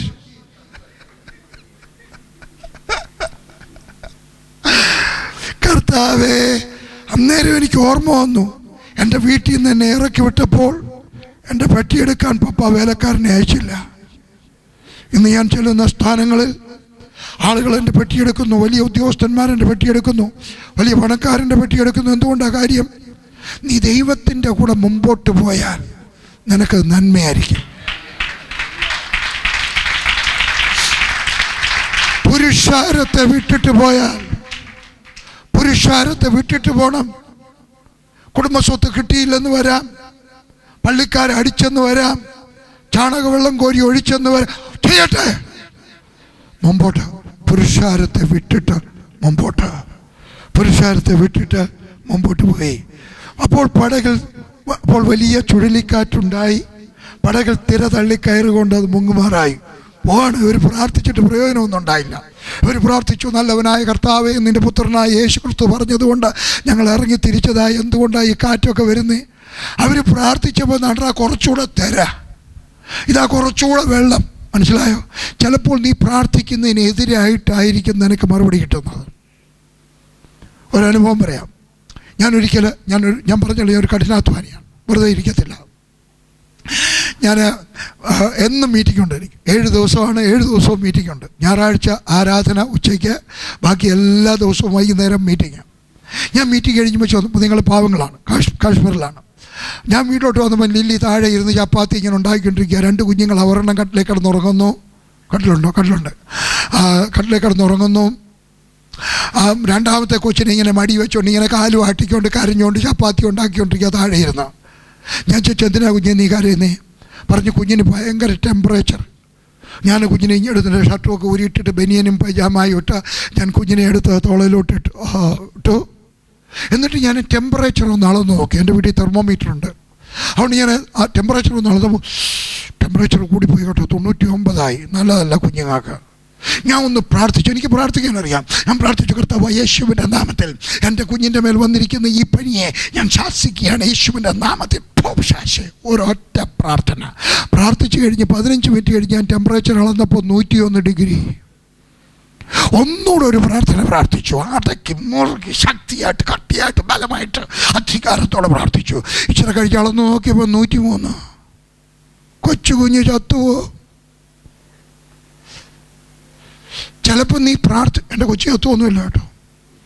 ഇന്നലെ ബ്രെയിൻ ഇഞ്ചുറി ഉണ്ടായ കൊച്ചിനെ പറ്റി പറയാൻ മറന്നുപോയി. ബ്രെയിൻ ഇഞ്ചുറി എൻ്റെ മൂത്ത മോൻ. കയ്യ വിരലുണ്ടോ? എണ്ണിക്കോ, അവൻ്റെ ഡിഗ്രി എണ്ണിക്കോ. BSc highest mark, MSc highest mark, MTH double honours, doctorate, MBA, chartered accountancy, 6 ഡിഗ്രിയുണ്ട്. ദൈവത്തിൻ്റെ കൂടെ നടക്കുമ്പോൾ കുറച്ചൊക്കെ പ്രയാസം വന്നെന്ന് വരാം, വെള്ളം കയറിയെന്ന് വരാം. എൻ്റെ കുഞ്ഞിൻ്റെ ടെമ്പറേച്ചർ 103 അപ്പുറത്തെ അമ്പലത്തിലെ പൂജാരിയുടെ ഭാര്യ എന്ന് പറഞ്ഞ് എൻ്റെ കൊച്ചി എത്തുമോ എന്ന് പറഞ്ഞു. എൻ്റെ കൊച്ചി എത്തില്ല, അവൾക്കുണ്ട് PhD. ദൈവത്തിൻ്റെ കൂടെ നടക്കുന്നതാണ്. അവർ പ്രാർത്ഥിച്ചപ്പോൾ ഫലമൊന്നും ഉണ്ടായില്ല. പിന്നെയും വെള്ളം കൂടി, പടകിൽ തിര തള്ളിക്കയറുകൊണ്ട് അത് മുങ്ങുമാറായി. കുറച്ചുകൂടൊക്കെ ഡേഞ്ചറസ് ആയി വന്നെന്ന് വരാം, സാരമില്ല. He will act at the last moment. If he is not acting in the beginning, he will act at the last moment. ആദ്യം നിനക്ക് വേണ്ടി പ്രവർത്തിച്ചില്ല എങ്കിൽ നിൻ്റെ ആ പ്രയാസത്തിൻ്റെ അവസാന ഘട്ടത്തിൽ അവൻ നിനക്ക് വേണ്ടി പ്രവർത്തിക്കുവാൻ എഴുന്നേൽക്കുക തന്നെ ചെയ്യും. അവരതുകൊണ്ട് തിരിച്ചു പോകാനും ശ്രമിച്ചില്ല. അവർ മന്ത്രവാദിയെ അന്വേഷിച്ചും പോയില്ല. അവർ പഴയ ദൈവങ്ങളെ അന്വേഷിച്ചു പോയില്ല. അവരവരുടെ വിശ്വാസത്തിന് അടുത്ത വാക്യം, അവൻ അമരത്ത് തലയിണ വെച്ച് ഉറങ്ങിയായിരുന്നു. ബോട്ടിൽ ആറ്റരികത്തൊക്കെ വളർന്നിട്ടുള്ളവർക്ക് എവർക്കൊക്കെ അറിയാം. എനിക്കറിയത്തില്ല, ഞങ്ങളുടെ നാട്ടിലെ ബോട്ടേ ഇല്ല, ബോട്ടിൻ്റെ പടമേ ഉള്ളൂ. ബോട്ട് ഞാൻ കാണുന്നത് പോലും മാവേലിക്കര ചെല്ലുമ്പോഴാണ്. ബോട്ട് കണ്ടിട്ടില്ല, വെള്ളം എന്തുവായാലും വെള്ളമായാലും. വള്ളത്തിന് 2 ഭാഗമുണ്ട്. മുൻവശം അതിനെന്തുവാ പറയുന്നത്, അമരം പുറയില്ല, മുമ്പിൽ അണിയം, അണിയം. മുൻവശം മാത്രമേ അറിയാലോ, മുൻവശം പുറകുവശം. ഇത് രണ്ടും വലിയ വ്യത്യാസമുണ്ട്. എന്നെ വളരെ ചിന്തിപ്പിച്ച ഒരു കാര്യമാണ്. ഈ മുൻവശത്തെ ഭാഗം വളരെ സ്ട്രോങ് ആണ്. എവിടെങ്കിലും പോയി ഇടിച്ചാൽ അതൊക്കെ ഇരുമ്പ് വെച്ചൊക്കെ ഫിറ്റ് ചെയ്തിരിക്കുക, വെറും തടി കൊണ്ട് മാത്രമല്ല. എവിടെങ്കിലും ചെന്ന് ഇടിച്ചാലും ദോഷം വരാൻ പാടില്ല, അതിന് കേട് പറ്റാൻ പാടില്ല, അതിന് വളരെ ബലമുള്ളതാണ്. എന്നാൽ പുറകുവശം ബലഹീനമാണ്, അതിന് വലിയ ബലമില്ല. ഇനിയും പറയുന്നത് കേട്ടാട്ടെ, യേശു എവിടെയായിരുന്നു? ആ വള്ളത്തിൻ്റെ ബലഹീനമായ ഭാഗത്ത്. എൻ്റെ യേശു എവിടെയായിരിക്കും എന്നറിയാമോ? നിൻ്റെ ജീവിതത്തിനകത്തെ ബലഹീനമായ ഭാഗത്ത്. യേശു എവിടെയായിരിക്കും എന്നറിയാമോ? നിൻ്റെ ശരീരത്തിനകത്തെ ബലഹീനമായ ഭാഗത്ത്. എൻ്റെ യേശു എവിടെയായിരിക്കും എന്നറിയാമോ? നിൻ്റെ പേഴ്സിനകത്തെ ബലഹീനമായ ഭാഗത്ത്. നിൻ്റെ ബലഹീനതയ്ക്ക് ബലം തരുന്നവനായ യേശു, നിൻ്റെ ബലഹീനതയ്ക്ക് ബലം തരുന്നവനായ യേശു. ഞാനൊരു നല്ല പുസ്തകം എഴുതിയപ്പോൾ വലിയൊരു ദൈവദാസൻ, വലിയ ദൈവദാസന്മാരുടെയൊക്കെ പറഞ്ഞു, PG വർഗീസ് അല്ല എഴുതുന്നത്, ഇത് അദ്ദേഹത്തിൻ്റെ ഭാര്യ. PG വർഗീസ് 10ാം ക്ലാസ് പഠിച്ച പട്ടാളക്കാരനാണ്. അവൻ്റെ ഭാര്യ പഠിത്തമുള്ളവളാണ്, അവളാണ് എഴുതിയത്. അയാൾ പറഞ്ഞത് നന്നായി. അതുകൊണ്ട് എന്ത് പറ്റിയെന്നറിയാം, ഇപ്പോൾ 57 പുസ്തകം എഴുതി. ഹല്ലേലൂയ. ഞാൻ ഇംഗ്ലീഷ് പറഞ്ഞപ്പോൾ ആളുകൾ ചിരിച്ചു, എൻ്റെ കുഞ്ഞുങ്ങൾ വരെ ചിരിക്കുമായിരുന്നു. കാരണം എനിക്ക് വാക്കുകൾ പലതും അറിയത്തില്ല. ഞാൻ ഇപ്പോഴും ഓർക്കുന്നുണ്ട്, ഞാൻ കോളേജിൽ നിന്ന് ഒളിച്ചോടി ചെന്നിട്ട് ഒരിടത്ത് ചെന്ന് കഴിഞ്ഞപ്പോൾ ഞാൻ ഇങ്ങനെ പറഞ്ഞു, my mother is A good cooker. അറിയത്തില്ലായിരുന്നു അതിൻ്റെ അർത്ഥം. Type writer, watcher, Gardner, cooker അറിയത്തില്ലായിരുന്നു. ബ്യൂട്ടിഫുള്ളും ഹാൻഡ്സും തമ്മിലുള്ള വ്യത്യാസം എനിക്കറിയത്തില്ലായിരുന്നു. ഞാൻ ന്യൂസിലൻഡിൽ പോയി പ്രസംഗിക്കുകയാണ്. ഞാൻ പറഞ്ഞു, when I was born I was a very beautiful boy. എല്ലാവരും ചിരിച്ചു. ഞാൻ ജോക്കാന്ന് വിചാരിച്ചു, പിന്നെ പോയിടത്ത് എല്ലാം അത് തന്നെ പറഞ്ഞു. ഞാൻ ജോക്ക് പറയാമെന്ന് വിചാരിച്ചു, അവരും ചിരിച്ചു. വീട്ടിൽ വന്ന ഒരു ദിവസം 3ാം ക്ലാസ്സിൽ പഠിക്കുന്ന മോൻ്റെ പുസ്തകം കണ്ടപ്പോഴാണ് മനസ്സിലായത്, that girl is beautiful, that boy is handsome. അന്നാണ് ഞാൻ അതിൻ്റെ അർത്ഥം മനസ്സിലാവുന്നത്. എനിക്ക് ഇംഗ്ലീഷ് അറിയത്തില്ലായിരുന്നു, പക്ഷെ ഞാൻ അറിയാവുന്നതൊക്കെ ഉപയോഗിച്ച് വന്നു കഴിഞ്ഞപ്പോൾ ഇപ്പോൾ നല്ല ശാന്തസുന്ദരമായിട്ട് സംസാരിക്കുവാൻ, ഇംഗ്ലീഷ് പ്രസംഗിക്കുവാൻ, ഹിന്ദിയിൽ പ്രസംഗിക്കുവാൻ, മലയാളത്തിൽ പ്രസംഗിക്കുവാൻ 10ാം ക്ലാസ് മാത്രം പഠിച്ച എന്നെ സഹായിച്ചത് അമരത്ത് തലയിണ വെച്ചുറങ്ങിയ കർത്താവ്, എൻ്റെ ബലഹീനതയെ ബലമാക്കിയ കർത്താവ്. അതുകൊണ്ട് നിങ്ങളും വിശ്വസിക്കണം, എനിക്ക് കഴിവ് തരണം. ദൈവം എനിക്ക് കഴിവ് തരും, ദൈവം എനിക്ക് ബുദ്ധി തരും, ദൈവം എനിക്ക് പരിജ്ഞാനം തരും, എൻ്റെ കഴിവുകളെ വികസിപ്പിച്ചെടുക്കും. ഈ ജോസ് എത്ര ക്ലാസ് പഠിച്ചാ ജോസേ? സത്യം പറ, കാണീര്, വിരലിനകത്ത് കാണീര് എത്ര ക്ലാസ് പഠിച്ചാന്ന്. 10 പഠിച്ചോ? ജയിച്ചോ? സത്യം പറ, കള്ളം പറയത്തില്ല ജോസ് കേട്ടോ. 10ാം ക്ലാസ്സേ പഠിച്ചിട്ടുള്ളൂ. പക്ഷെ എൻ്റെ കൂടെ പ്രവർത്തിക്കാൻ വന്നു. ഞാൻ ഡ്രൈവിങ് പഠിപ്പിച്ചു, ഡ്രൈവറായി. കമ്പ്യൂട്ടർ പഠിക്കാൻ പോയി, ഞാൻ പഠിപ്പിച്ചാല, കമ്പ്യൂട്ടർ പഠിക്കാൻ പോയി. ഇപ്പോൾ ഇവിടുത്തെ നല്ലൊരു ഉദ്യോഗസ്ഥനാണ് അവിടുത്തെ. എങ്ങനെയാണ് സംഭവിച്ചത്? നമ്മുടെ അമരത്ത് നമ്മുടെ ബലഹീനതയിൽ ബലം തരുന്നവനായ ദൈവം. കൺസ്ട്രക്ഷൻ കമ്പനിയിലെ സൂപ്പർവൈസറാണ്. എഞ്ചിനീയറിംഗ് സ്കൂളിൽ കയറിയിട്ടില്ല, കൺസ്ട്രക്ഷൻ കമ്പനിയിലെ സൂപ്പർവൈസറാണ്. അങ്ങനെ സംഭവിച്ചു. Don't underestimate the Jesus in you. നിങ്ങളിലുള്ള യേശുവിനെ നിങ്ങൾ തരം താഴ്ത്തി കാണരുത്. ഞാൻ പറഞ്ഞില്ല എല്ലാവരും സൂപ്പർവൈസറായി തീരുമെന്ന്. എങ്കിലും നീ ആയിരിക്കുന്ന നിലയിൽ നിന്നും അവൻ നിന്നെ ഉയർത്തുക തന്നെ ചെയ്യും. അവൻ നിന്നെ ഉയർത്തുക തന്നെ ചെയ്യും. മാറ്റില്ലേ? അവനവനെ ഉണർത്തി തലയണ വെച്ച് ഉറങ്ങുകയായിരുന്നു. അവൻ ആ മരത്തെ തലയണ വെച്ച് ഉറങ്ങുകയായിരുന്നു. ഈ തലയണ എവിടെ നിന്ന് കിട്ടി? ഞാൻ ഈ വള്ളത്തെ പോയപ്പം കഴിഞ്ഞ പ്രാവശ്യം എന്നെ തിരുവല്ലയിൽ ഒരു അച്ഛൻ കുഞ്ഞലന്തൂരുണ്ട്, മരിപ്പച്ച, അദ്ദേഹം കൊണ്ടുപോയി. 4 പ്രാവശ്യം ഞാൻ സാഹിബ്മാരുടെ കൂടെ പോയിട്ടുണ്ട്. ഒരു പ്രാവശ്യം ഇന്ത്യക്കാരൻ്റെ കൂടെ പോയ അച്ഛൻ കുഞ്ഞലന്തൂർ. ഞാനീ പോയ സാഹിബ്മാരെക്കാളൊക്കെ ഏറ്റവും നല്ല സുന്ദരമായ ടൂറായിരുന്നു അച്ഛൻ കുഞ്ഞിൻ്റെ. ഞാൻ നിങ്ങളെ കാര്യമായിട്ട് ശുപാർശ ചെയ്യുന്നു. ആരെങ്കിലും പോകുന്നുണ്ടെങ്കിൽ അദ്ദേഹത്തിനൂടെ പോവുകയാണ്, അതാണ് ഏറ്റവും നല്ലത്. ഞാൻ ഈ വള്ളത്തിൽ കയറുമ്പോഴൊക്കെ അവർക്കൊക്കെ പണ്ടൊക്കെ ചോദിക്കാറ്, ഇപ്പം ചോദിക്കത്തില്ല, എങ്കിലും കൂടെ ഉള്ളവരെ പഠിപ്പിക്കാനായിട്ട് ഞാൻ ചോദിക്കും, ഇതിനകത്തൊരു തലയണ കിട്ടാനൊക്കെ. അവർ പറയും ഇത് പാസഞ്ചർ ഷിപ്പല്ല, ഇത് ഞങ്ങൾ മീൻപിടുത്തക്കാരുടെ ഫിഷർമെൻസ് ബോട്ടാണ്, ഇതിനകത്ത് തലയണയിൽ. പിന്നെ യേശുവിന് എവിടുന്ന് തലയണ കിട്ടി? എൻ്റെ ബലമായ വിശ്വാസം വൈകുന്നേരം ക്ഷീണിച്ച് പത്രോസിൻ്റെയോ യോഹന്നാൻ്റെയോ ഒക്കെ തോളെ കൈയിട്ട് മുമ്പോട്ട് നടന്ന യേശുവിനെ ആരോ ഒരു പെങ്കൊച്ച് കണ്ടു, ആരോ ഒരു അമ്മച്ചി കണ്ടു, ആരോ ഒരു അങ്കിള് കണ്ടു. കണ്ടിട്ട് പറഞ്ഞു, അയ്യോ നമ്മുടെ കർത്താവ് വല്ലാതെ ക്ഷീണിച്ചിരിക്കുന്നല്ലോ. അവന് കപ്പലിലോട്ട് കയറി കഴിയുമ്പോൾ ഒന്ന് തലയണ വെച്ച് ഉറങ്ങാനായിട്ട് ഞാൻ എൻ്റെ തലയണ കൊണ്ട് കൊടുക്കും. അന്നത്തെ കാലത്ത്, ഞാൻ ജനിച്ചിട്ട് ഒത്തിരി നാളായി, എൻ്റെ അത്രയും പ്രായമുള്ളവരാരും ഇവിടെ ഇല്ല. എൻ്റെ കൊച്ചുനാളിൽ പോലും, ഞാനൊരു പറഞ്ഞല്ലോ പണമുള്ള വീട്ടിൽ ജനിച്ചതാണ്, എൻ്റെ വീട്ടിൽ പോലും ഒരു 2 സ്പെയർ തലയണ ഉണ്ടായിരുന്നു എന്ന് എനിക്കറിയത്തില്ല. കാണും, എനിക്ക് ഓർമ്മയുണ്ട്, പായ്ക്കകത്ത് ചുട്ടി വെച്ചിരുന്നു. എന്നാൽ മിക്ക വീടുകളിലും നിങ്ങളുടെ വലിയമ്മച്ചനൊക്കെ പോയി ചോദിച്ചാൽ മതി, അവിടെയൊക്കെ 2 സഹോദരിമാർ ഒരു തലയണ കിടന്നേ. 2 പേർക്ക് ഒരു തലയണയാണ്. സ്പെയർ തലയണ കാണത്തില്ല. അതിഥികൾ വരുമ്പോൾ ഒരു ടവലൊക്കെ ഇട്ടിട്ടായി പഴയ ഈ ഈളായൊക്കെ ഒളിപ്പിച്ച തലയണ കൊണ്ടിട്ട് കൊടുക്കുന്നത്. അന്ന് വേറെ തലയണയില്ലായിരുന്നു. ഇപ്പോഴത്തെ ഞാൻ 70 വർഷത്തേക്ക് മുമ്പുള്ള കാര്യം പറയാം. 2000 വർഷത്തിന് മുമ്പോ തലയണയില്ലായിരുന്നു. പിന്നെ എവിടുന്ന് ഈ തലയണ കിട്ടി? ആരോ അവരുടെ തലയണ കൊണ്ട് കൊടുത്തതാണ്. ഞാൻ എൻ്റെ തലയണ എൻ്റെ കർത്താവിന് കൊടുക്കും. ആരാ കൊടുത്തതെന്ന് എനിക്ക് അറിഞ്ഞുകൂടാ. പക്ഷേ യേശു ആ തലയണയെ മറന്നില്ല. നാം സ്വർഗത്തിൽ ചെല്ലുമ്പോൾ ആ തലയണ കൊടുത്തത് ആരാണെന്ന് നമ്മളവിടെ കാണും.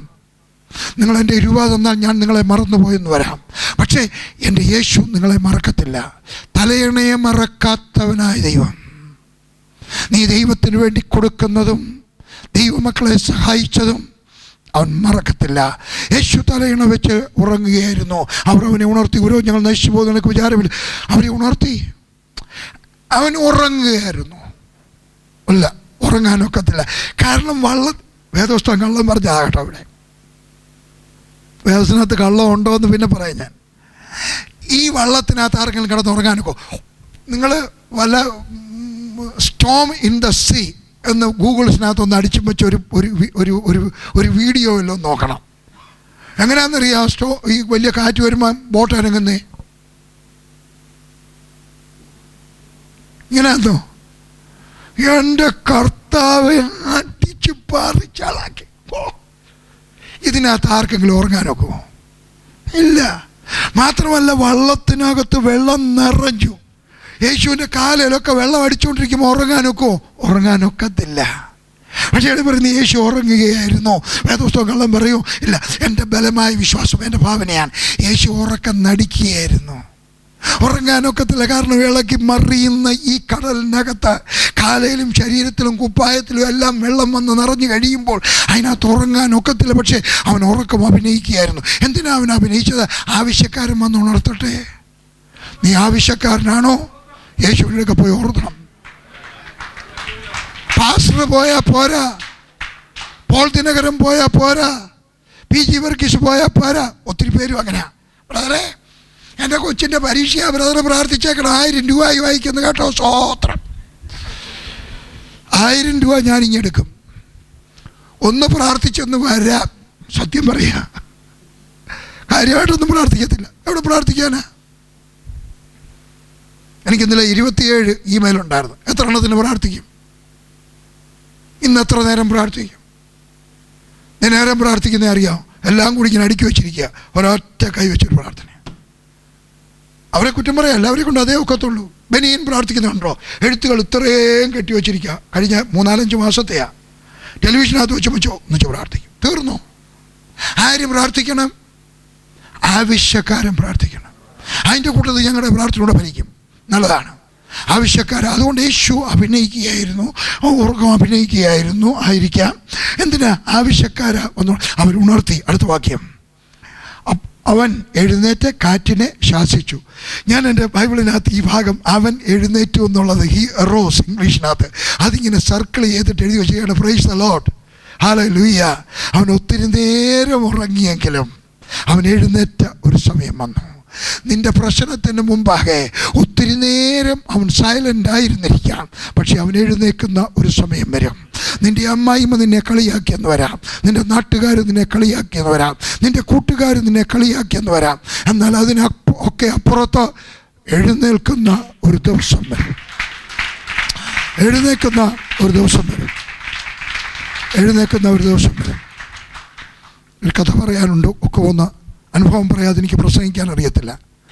എൻ്റെ 2ാമത്തെ മകൾ ജനിച്ചപ്പോൾ ഒന്ന് ജോസ് ഞങ്ങളുടെ വീട്ടിൽ വന്നതാണ്.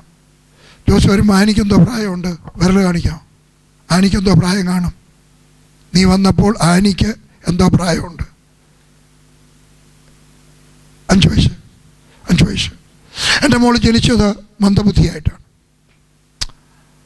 സാവധാനത്തിൽ അവൾക്ക് വ്യത്യാസം വന്നു. 3.5 വയസ്സായപ്പോഴാണ് ഞങ്ങൾ അറിയുന്നത് മന്ദബുദ്ധിയാണ്. അതുവരെ ഞാൻ വിചാരിച്ചിരുന്നത് ചുമ്മാ നിർബന്ധ ബുദ്ധിയാണ്. അവസാനം എങ്ങനെയായാലും ദൈവം സാവധാനത്തിൽ അവളുടെ ഗ്രേഡ് അപ്പ് ചെയ്ത് കൊണ്ടുവന്നു. 12ാം ക്ലാസ് വന്നപ്പോൾ ഞങ്ങൾ ഡൽഹിയിലാണ്. ജോസ് ഞങ്ങളുടെ കൂടെ ഉണ്ടെന്ന്. അവിടെ ടീച്ചർ മാൻചന്ദ എന്ന് പറയുന്ന മനുഷ്യൻ പറഞ്ഞു, നിങ്ങളുടെ മോൾ ഒരിക്കലും 12ാം ക്ലാസ് CBSEയിൽ നിന്നും സയൻസ് ഗ്രൂപ്പിൽ ജയിക്കത്തില്ല. നിങ്ങൾ കാണിച്ച ഏറ്റവും വലിയ ശുദ്ധയാബദ്ധമായിപ്പോയി.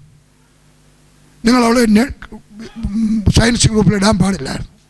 ഞാൻ അടുക്കലൊന്നും പറഞ്ഞില്ല, പക്ഷെ ഞാൻ എൻ്റെ മനസ്സിനകത്ത് പറഞ്ഞു, you don't know my God. നിങ്ങൾക്ക് എൻ്റെ ദൈവത്തെ അറിഞ്ഞുകൂടാ. അടുക്ക പറയാനൊക്കെ. തിരിച്ച് ഞാൻ വീട്ടിൽ വന്ന് കഴിച്ചപ്പോൾ എൻ്റെ മോളെൻ്റെ ഒക്കെ പറഞ്ഞു, ഡാഡി ഞാൻ ജയിക്കത്തില്ല, എനിക്ക് പരീക്ഷയ്ക്ക് എഴുതാൻ ഭയം വരുന്നു. ഞാൻ പറഞ്ഞു, സാരമില്ല, അടുത്ത വർഷം എഴുതാം. അവൾ ആ വർഷം എഴുതാനുള്ള തൻ്റെ ഇടം അവൾക്കില്ലായിരുന്നു. എന്നാൽ അതിനടുത്ത വർഷം അവൾ പരീക്ഷയിൽ എഴുതി. ഏറ്റവും നല്ല മാർക്ക്, കൂടുതലല്ല, ഏറ്റവും നല്ല മാർക്ക് വാങ്ങിച്ചു ജയിച്ചു.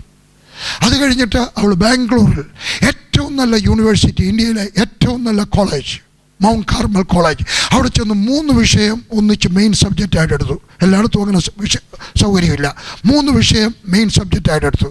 ഇംഗ്ലീഷ് ലിറ്ററേച്ചർ കട്ടിയുള്ളത്, സൈക്കോളജി കട്ടിയുള്ളത്, ഇംഗ്ലീഷ് ലിറ്ററേച്ചർ, സൈക്കോളജി, ജേർണലിസം, 3 കട്ടിയുള്ള സബ്ജക്റ്റ് അവൾ ഒന്നിച്ച് മെയിനായിട്ട് എടുത്തു.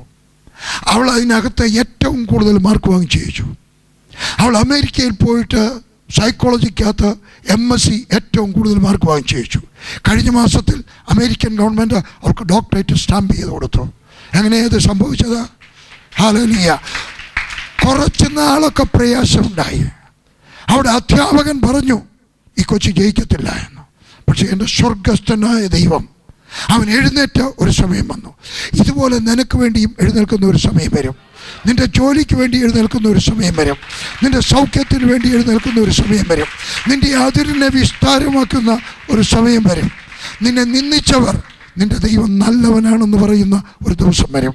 അവൻ എഴുന്നേറ്റു. കടലിനോട് അനങ്ങാതിരിക്കുക, അടങ്ങുക എന്ന് പറഞ്ഞു. കാറ്റ് മാറ്റരുത്. അവൻ എഴുന്നേറ്റ് കാറ്റിനെ ശാസിച്ചു, ശിഷ്യന്മാരെ ശാസിച്ചില്ല. നമ്മളായിരുന്നെങ്കിൽ, ഞാനായിരുന്നെങ്കിൽ ഒരു വടിയുമായിട്ടൊക്കെ ഞങ്ങൾക്ക് ഇത്രയും നാൾ പഠിപ്പിച്ചിട്ട് മനസ്സിലായി ഇല്ല. അവൻ തൻ്റെ ശിഷ്യന്മാരെ ശാസിച്ചിട്ടല്ല പഠിപ്പിക്കുന്നത്, സ്നേഹിച്ചിട്ടാണ് പഠിപ്പിക്കുന്നത്. ഒരു ദിവസം ഞാൻ പിഴയായിട്ട് കോളേജിൽ നടക്കുന്ന കാലത്ത് എൻ്റെ പപ്പ അങ്ങ് വിഷമിച്ചു. ഞാനൊരു പനച്ചെറുക്കനായിരുന്നു, വെറും പനച്ചെറുക്കനായിരുന്നു. ഞാൻ കോളേജിൽ പോയി കയറത്തില്ല, ക്ലാസ്സിൽ കയറത്തില്ല. നാളെ പ്രിൻസിപ്പലിനെ ഒന്ന് കണ്ടു. തിരുവനന്തപുരത്തുള്ള എൻ്റെ കൂടെ പഠിച്ചവരെ എല്ലാവരും കൂടെ വെച്ചിട്ട് ഒരാളൊരു മീറ്റിംഗ് നടത്തി. സാക്ഷ്യം പറയാൻ അവസരം ഉണ്ടാക്കാൻ വിളിച്ചതാണ്. എൻ്റെ കൂടെ പോളിടെക്നിക്കിന് പഠിച്ച 13 പേരുണ്ട് തിരുവനന്തപുരത്ത്. 3 അധ്യാപകന്മാരുണ്ട്, പ്രിൻസിപ്പലുണ്ട്, ഭാസ്കരക്കുറുപ്പ്. എല്ലാവരെയും കൂടെ വിളിച്ചും വെച്ച് ഒരു ലഞ്ച് വെച്ചു. എന്നിട്ട് പറഞ്ഞു, പ്രിൻസിപ്പലിൻ്റെയൊക്കെ പരിചയപ്പെടുത്തിയത് PG വർഗീസ. അയാൾ പറഞ്ഞു അങ്ങനെ ഒരാളില്ലായിരുന്നു. ഞാൻ പറഞ്ഞുണ്ടായിരുന്നു സാറേ, എൻ്റെ സബ്ജക്റ്റ് സിവിലായിരുന്നു, ഞാൻ ഫസ്റ്റ് ബാച്ചിലായിരുന്നു, 2 വർഷം പന്തളത്ത് പഠിച്ചു, 3 മാസം ഒരു സ്ഥലത്ത് പഠിച്ചു അതിനടുക്കളുള്ള. അയാൾ പറഞ്ഞു അങ്ങനെ ഒരാളില്ലായിരുന്നു. അപ്പോൾ എനിക്ക് മനസ്സിലായി എൻ്റെ പേര് PG വർഗീസ് അല്ല, P. ഗീവർഗീസ. ഞാൻ പറഞ്ഞു സാറേ എൻ്റെ പേര് P. ഗീവർഗീസ. ഓ, ആ ക്ലാസ്സിൽ കയറാത്ത മനുഷ്യനില്ലയോ? എൻ്റെ പ്രിൻസിപ്പലിന് വരെ എന്നെ അങ്ങനെയാണ് ഓർമ്മ. ഞാനൊരു നിന്ദാപാത്രമായിരുന്നു. എന്നാൽ ദൈവത്തോടു കൂടെ ചേർന്ന് നടന്നപ്പോൾ ഞാനൊരു കാര്യം പഠിച്ചു. എന്താണ്? യേശു എഴുന്നേറ്റിട്ട് യേശു എന്നെ ശിക്ഷിച്ചില്ല. ഞാൻ ശിഷ്യനായി കഴിഞ്ഞപ്പോൾ ശിക്ഷയെല്ലാം മാറി. പിന്നെ അവൻ എന്നെ സ്നേഹം കൊണ്ടാണ് എന്നെ പഠിപ്പിച്ചത്. ഞാൻ കോളേജിൽ പഴിയായിട്ട് നടക്കുന്ന കാലത്ത് ഒരു ദിവസം വീട്ടിൽ ചെന്നപ്പോൾ എൻ്റെ പപ്പ എന്നെ കാണാൻ വന്നപ്പോൾ ഞാൻ കോളേജിലില്ല. പ്രിൻസിപ്പലിൻ്റെ ഒക്കെ ചെന്നു, മുമ്പേ പറഞ്ഞ ഭാസ്കരക്കുറുപ്പിൻ്റെ ഒക്കെ ചെന്നു വെച്ച് പറഞ്ഞ് ഞാൻ ഇതുവഴി പോകുമായിരുന്നു. ഗീവർഗീസിൻ്റെ ഫാദറാ, എനിക്ക് ഗീവർഗീസിനെ ഒന്ന് കാണണം. പ്രിൻസിപ്പൽ പറഞ്ഞു ഞങ്ങൾക്കും ഗീവർഗീസിനെ കണ്ടാകൊള്ളാവുന്ന ഒരാഗ്രഹമുണ്ട്, കാണുവാന്നെങ്കിൽ ഇങ്ങോട്ടൊന്ന് പറഞ്ഞയച്ചേക്കണേ. ആ മനുഷ്യൻ്റെ ഹൃദയവേദനയൊന്നും ഒന്ന് ആലോചിച്ച് വയ്ക്കൂ. അത് കഴിഞ്ഞാൽ ഞാൻ വീട്ടിലോട്ട് ചെല്ലുന്നേ. 17 വയസ്സ് 18 വയസ്സ്. പപ്പ അങ്ങ് ദേഷ്യപ്പെട്ടു. പപ്പ അമ്മച്ചിയോടൊക്കെ പറഞ്ഞു, നോക്കി അവന് ചോറ് കൊടുക്കരുത്, ഇറങ്ങണം മുറ്റത്ത്, 5 രൂപ തരാൻ പൊയ്ക്കോ എവിടെങ്കിലും. എന്നെ മുറ്റത്തിട്ട് കഥ അടച്ചു. എനിക്കറിയാം ഉച്ചയാകുമ്പം പപ്പ വിളിച്ച് ചോറ് തരുമെന്ന്. ഞാൻ പപ്പ ചോറുണ്ടെന്ന ഊണുമുറിയുടെ പുറകിൽ വലിയ തോട്ടക്കാരുടെ വീടാണ്, ഞങ്ങളുടെയല്ല, തോട്ടക്കാരുടെ ആ വീടിൻ്റെ വരാന്തയിൽ ഞാൻ കിടക്കുക. കാച്ചിയ മോരിൻ്റെ മണം, വിശക്കുമ്പോൾ മണത്തിന് കുറച്ചുകൂടെ കട്ടിയുണ്ടല്ലേ, അതിൻ്റെ മണം വന്നപ്പോൾ ഞാൻ വിചാരിച്ചു ഇച്ചിരി കഴിയുമ്പോൾ പപ്പ പറഞ്ഞു പിന്നെ അച്ഛൻ പാടാ വിളിച്ചില്ല. വൈകുന്നേരത്ത് പാൽ കാപ്പി എടുക്കുന്ന മണം കേട്ടു. ഞാൻ വിചാരിച്ചു വിളിച്ചൊരു കപ്പ് കാപ്പി തരും, വിളിക്കത്തില്ല. ഞാനവിടെ കിടന്നുറങ്ങി. അപ്പോൾ പടിഞ്ഞാറ് വശത്തു നിന്നൊക്കെ ആ വെയിൽ വരുന്നേ, ആ വെയിലിനകത്ത് കിടന്ന് ഞാനങ്ങ് ഉറങ്ങി. വിശപ്പും പിന്നെ ഞാൻ ഉണർന്നപ്പോൾ നല്ലിരുട്ട്. എനിക്ക് കുട്ടിച്ചാത്തനെ പേടിയായിരുന്നു അന്നത്തെ കാലത്ത്. അതുകൊണ്ട് കുട്ടിച്ചാത്തൻ വരുമോ രാത്രിയിൽ ആകെ പേടിയാണ്. ഞാൻ ഒന്നുക്ക് പോകണമെങ്കിൽ പോലും ജനലിനകത്തൂടെ സാധിക്കുന്ന കാലമാണ് അന്നത്തെ കാലം. അപ്പോൾ ആകെ പേടി, കുട്ടിച്ചാത്തൻ വരുമോ. അതിലേക്കൂടെ ഒരു മന്ത്രവാദി പറഞ്ഞു തന്നാ കുട്ടിച്ചാത്തൻ വരുമോ. ഞാനിങ്ങനെ കുട്ടിച്ചാത്തനെ നോക്കിയിരിക്കുക, വരുമോ. നേരം നല്ല വലിയ റബ്ബർ തോട്ടം വലിയ ഭയങ്കര ഇരുട്ടാ. അന്നേരം നാണ്ട്ര അതിലേക്കൂടെ ഒരു കറുത്ത രൂപം വെളുത്ത വസ്ത്രവും ധരിച്ച് ഇങ്ങനെ വരുന്നു.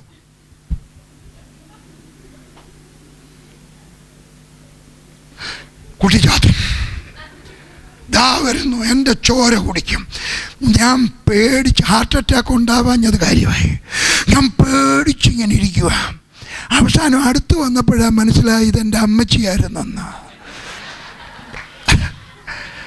എൻ്റെ അമ്മച്ചി കറുത്തതാ, വെളുത്ത ചട്ടയും മുണ്ടും കറുത്ത രൂപവും വരുക. അമ്മച്ചി എൻ്റെ അടുക്ക വന്നിട്ട് പഴയ കാലത്തെ വലിയ കോപ്പ കണ്ടിട്ടുണ്ടോ, ആ കോപ്പയ്ക്ക് എൻ്റെ താഴോട്ട് വെച്ചു. അതിനകത്ത് നിറച്ച് തിളച്ച പാല് 2 മുട്ട പൊട്ടിച്ചൊഴിച്ചിട്ടുണ്ടായിരുന്നു. എന്നിട്ട് എൻ്റെ പതുക്കെ പറഞ്ഞു, കുടിച്ചോ, അറിയണ്ട. സ്വന്തം ജീവനെ പണപ്പെടുത്തിക്കൊണ്ട് എൻ്റെ അമ്മച്ചി എൻ്റെ അടുക്കൽ വന്നത് വടിയുമായിട്ടല്ലായിരുന്നു, സ്നേഹവുമായിട്ടായിരുന്നു. ഇതുപോലെ എൻ്റെ കർത്താവ് നിൻ്റെ അടുക്കൽ വരുന്നത് വടിയുമായിട്ടായിരിക്കത്തില്ല, സ്നേഹവുമായിട്ടായിരിക്കും. അവൻ അവരുടെയൊക്കെ വന്നു, കടലിനോട് പറഞ്ഞാണ് അനങ്ങരുത്. ഇനിയും പറയുന്നത് കാര്യമായിട്ടുള്ള പോയിന്റ് കേട്ടാട്ടെ. നിങ്ങൾക്കൊരു പ്രശ്നം വരുമ്പോൾ ദൈവത്തിൻ്റെ അടുക്കൽ ചെന്ന് ദൈവമേ എൻ്റെ പ്രശ്നം എത്ര വലുതാണെന്ന് പറയുന്നത് നിർത്തിയിട്ട് നിൻ്റെ പ്രശ്നത്തിൻ്റെ അടുക്കൽ ചെന്ന് നിൻ്റെ ദൈവം എത്ര വലിയവനാണെന്ന് പറയണം. ആവർത്തിച്ച് പറയാൻ സമയമില്ല. അവൻ കടലിനോട് പറഞ്ഞു, എന്നെ ഈ ഭാഗം ചിന്തിപ്പിച്ചു, എന്നെ പല കാര്യങ്ങൾ പഠിപ്പിച്ചു. നിൻ്റെ പ്രശ്നത്തോട് നീ സംസാരിക്കണം, പ്രാർത്ഥിച്ചാൽ പോരാ. ഒത്തിരി പേരും പ്രാർത്ഥിക്കുന്നു, കർത്താവേ എനിക്ക് നല്ല തലവേദനയുണ്ട്, ഇതങ്ങ് മാറിപ്പോകാൻ നിനക്ക് കൃപ തോന്നുന്നു. എൻ്റെ വേദപുസ്തകത്തിൽ പറയുന്നത് കേട്ടാട്ടെ, എൻ്റെ വേദപുസ്തകത്തിൽ ഒരിടത്ത് പോലും അപ്പോസ്തലന്മാർ രോഗികൾ സൗഖ്യമാകാൻ പ്രാർത്ഥിച്ചില്ല. അവരെ സൗഖ്യമാക്കി. അപ്പോസ്തലന്മാർ രോഗികളെ സൗഖ്യമാക്കി. അവർ പറഞ്ഞു, യേശു പറഞ്ഞു, നീയും പറയണം, നിൻ്റെ രോഗത്തോട് പറയണം, നിന്റെ ദാരിദ്ര്യത്തോട് പറയണം, നിന്റെ കുടുംബ വഴക്കിനോട് പറയണം, നിന്റെ പ്രയാസത്തോട് പറയണം, നിന്റെ ദുഃഖത്തോട് പറയണം, നിന്റെ ചെറിയ അതിരിനോട് പറയണം. വലുതാകുക, വലുതാകുക, വലുതാകുക, വലുതാകുക പറയുക. യേശു എന്നെ പഠിപ്പിച്ചു. അവൻ പറഞ്ഞു, അനങ്ങാതിരിക്കുക. എന്ത് സംഭവിക്കണമെന്ന് ആഗ്രഹിക്കുന്നു അത് പറയണം, പ്രാർത്ഥിക്കുകയല്ല. വ്യത്യാസം മനസ്സിലായട്ടെ. അവൻ പറഞ്ഞു. അപ്പോൾ വലിയ ശാന്തതയുണ്ടായി. 37 എടുക്കാവൂ. വലിയ ശാന്തത.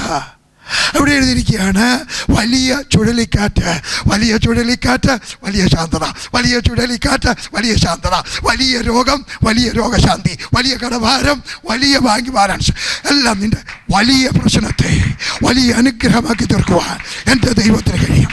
വലിയ കൊടുങ്കാറ്റ്, വലിയ ശാന്തത, വലിയ കൊടുങ്കാറ്റ്, വലിയ ശാന്തത, വലിയ കൊടുങ്കാറ്റ്, വലിയ ശാന്തത, വലിയ കൊടുങ്കാറ്റ്, വലിയ ശാന്തത.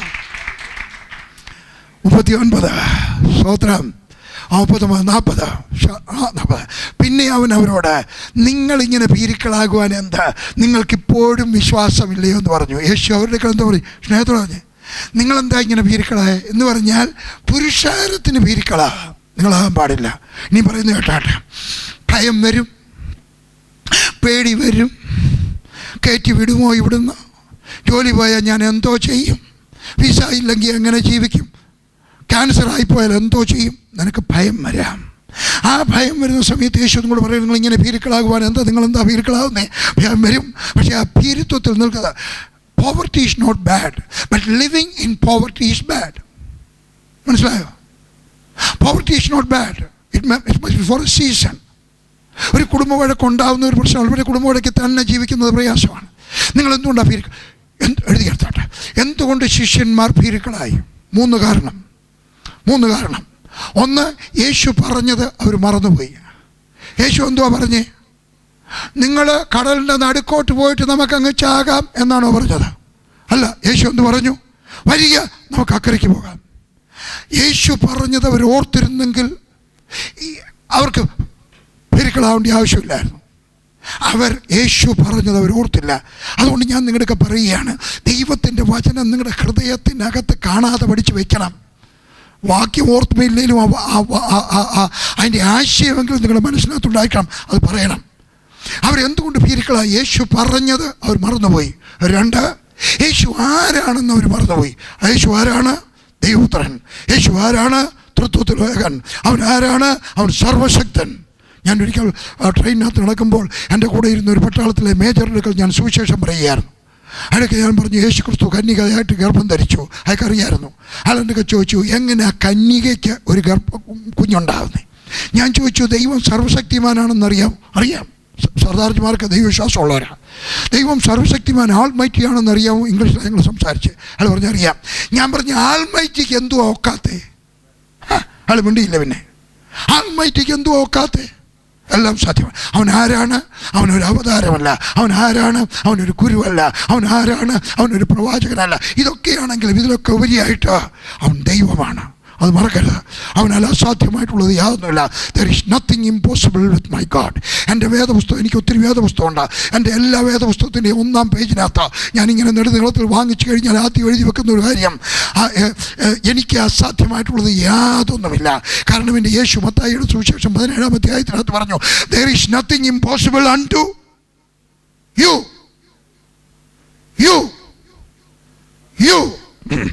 There is nothing impossible unto.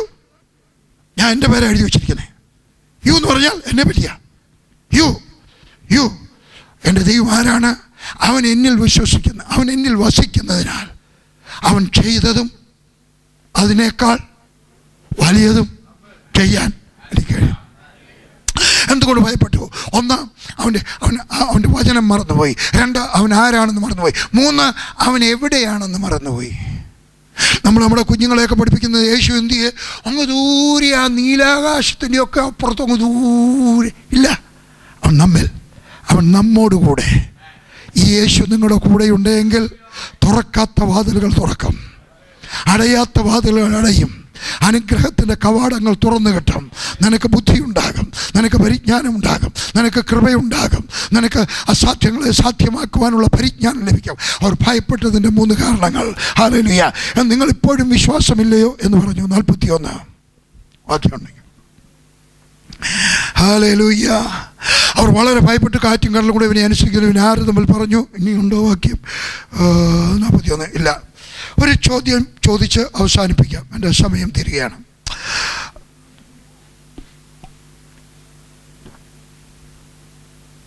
വേഗത്തിൽ പോവുകയായിരുന്നു, അത് നല്ലതാ. എനിക്ക് 4 പ്രസംഗം കൂടെ ഉണ്ടല്ലോ ഇന്ന്. അടുത്ത ചോദ്യം, അവസാനത്തെ ഒരു ചോദ്യം. എന്തുകൊണ്ടാണ് യേശു ക്രിസ്തു ഈ രാത്രിയിൽ അക്കരയ്ക്ക് പോയത്? രാവിലെ പോയ കുഴപ്പം വല്ലതും ഉണ്ടാകും. ഈ കുഴപ്പമെല്ലാം ഉണ്ടാക്കിയത് വിളിച്ചു വരുത്തിയത് യേശുവാണ്. രാവിലെ പോയിരുന്നെങ്കിൽ കാറ്റുമില്ലായിരുന്നു, അവരക്കരെ ചെന്നിന്. എന്തുകൊണ്ട്? ക്ഷീണിച്ച വല്ലാത്ത. മറുപടി 5-ാം അധ്യായത്തിൽ കാണാം. വേദോസം തുറക്കരുത്, 5:5 എടുക്കാം. അതിനകത്ത് ഇങ്ങനെ പറയുകയാണ്, അപ്പുറത്ത് ഒരു ഭൂതബാധിതനായ 6000 ഭൂതമുണ്ടായിരുന്ന ഒരു മനുഷ്യൻ അവിടെ ഉണ്ടായിരുന്നു. അവൻ കടലിൻ്റെ അക്കരെ ഇരുന്നു കൊണ്ട് അവൻ നിലവിളിക്കുകയായിരുന്നു, അയ്യോ ഈ ഭൂതങ്ങൾ എന്നെ കഷ്ടപ്പെടുത്തുന്നേ, 6000 ഭൂതങ്ങൾ എന്നെ കഷ്ടപ്പെടുത്തുന്നേ, മന്ത്രവാദികൾക്ക് എന്നെ വിടിവിപ്പാൻ സാധ്യമല്ല, ചങ്ങലകൾക്ക് എന്നെ കെട്ടിയിടിപ്പാൻ നിവർത്തിയില്ല എന്ന് പറഞ്ഞുകൊണ്ട് അവൻ നിലവിളിക്കുകയായിരുന്നു. അവൻ കല്ലുകൊണ്ട് സ്വയം ചതയ്ക്കുകയായിരുന്നു. അവൻ നിലവിളിക്കുകയാണ്. ഇനി പറയുന്നത് കേട്ടാണ്, നിർത്താൻ പോവാണ്. യേശു ക്രിസ്തു ഇക്കരെ ഇരുന്ന പകൽ മുഴുവൻ സുവിശേഷം പറയുമ്പോൾ അക്കരെ ദൂരെ ഇരുന്നതായിട്ടുള്ള ഒരു മനുഷ്യൻ അവിടെ നിന്നുകൊണ്ട് നിലവിളിക്കുകയായിരുന്നു, ആരെങ്കിലും എന്നെ സഹായിക്കാനുണ്ടോ? ആർക്കെങ്കിലും എന്നെ സഹായിക്കുവാൻ കഴിയുമോ? Is there anybody to help me? അവൻ്റെ ശബ്ദം തിരമാലകളെ ഭേദിച്ചുകൊണ്ട് യേശു ക്രിസ്തുവിൻ്റെ കർണപുടങ്ങളിൽ പതിഞ്ഞപ്പോൾ അവൻ ശിഷ്യന്മാരോട് പറഞ്ഞു, നമുക്ക് അക്കരയ്ക്ക് പോയെങ്കിലേ ഒക്കത്തുള്ളൂ, അവിടെ ഒരു ആവശ്യക്കാരനുണ്ട്, അവനെ നാം പോയി സഹായിക്കണം, വരിക, അക്കരയ്ക്ക് പോകാം.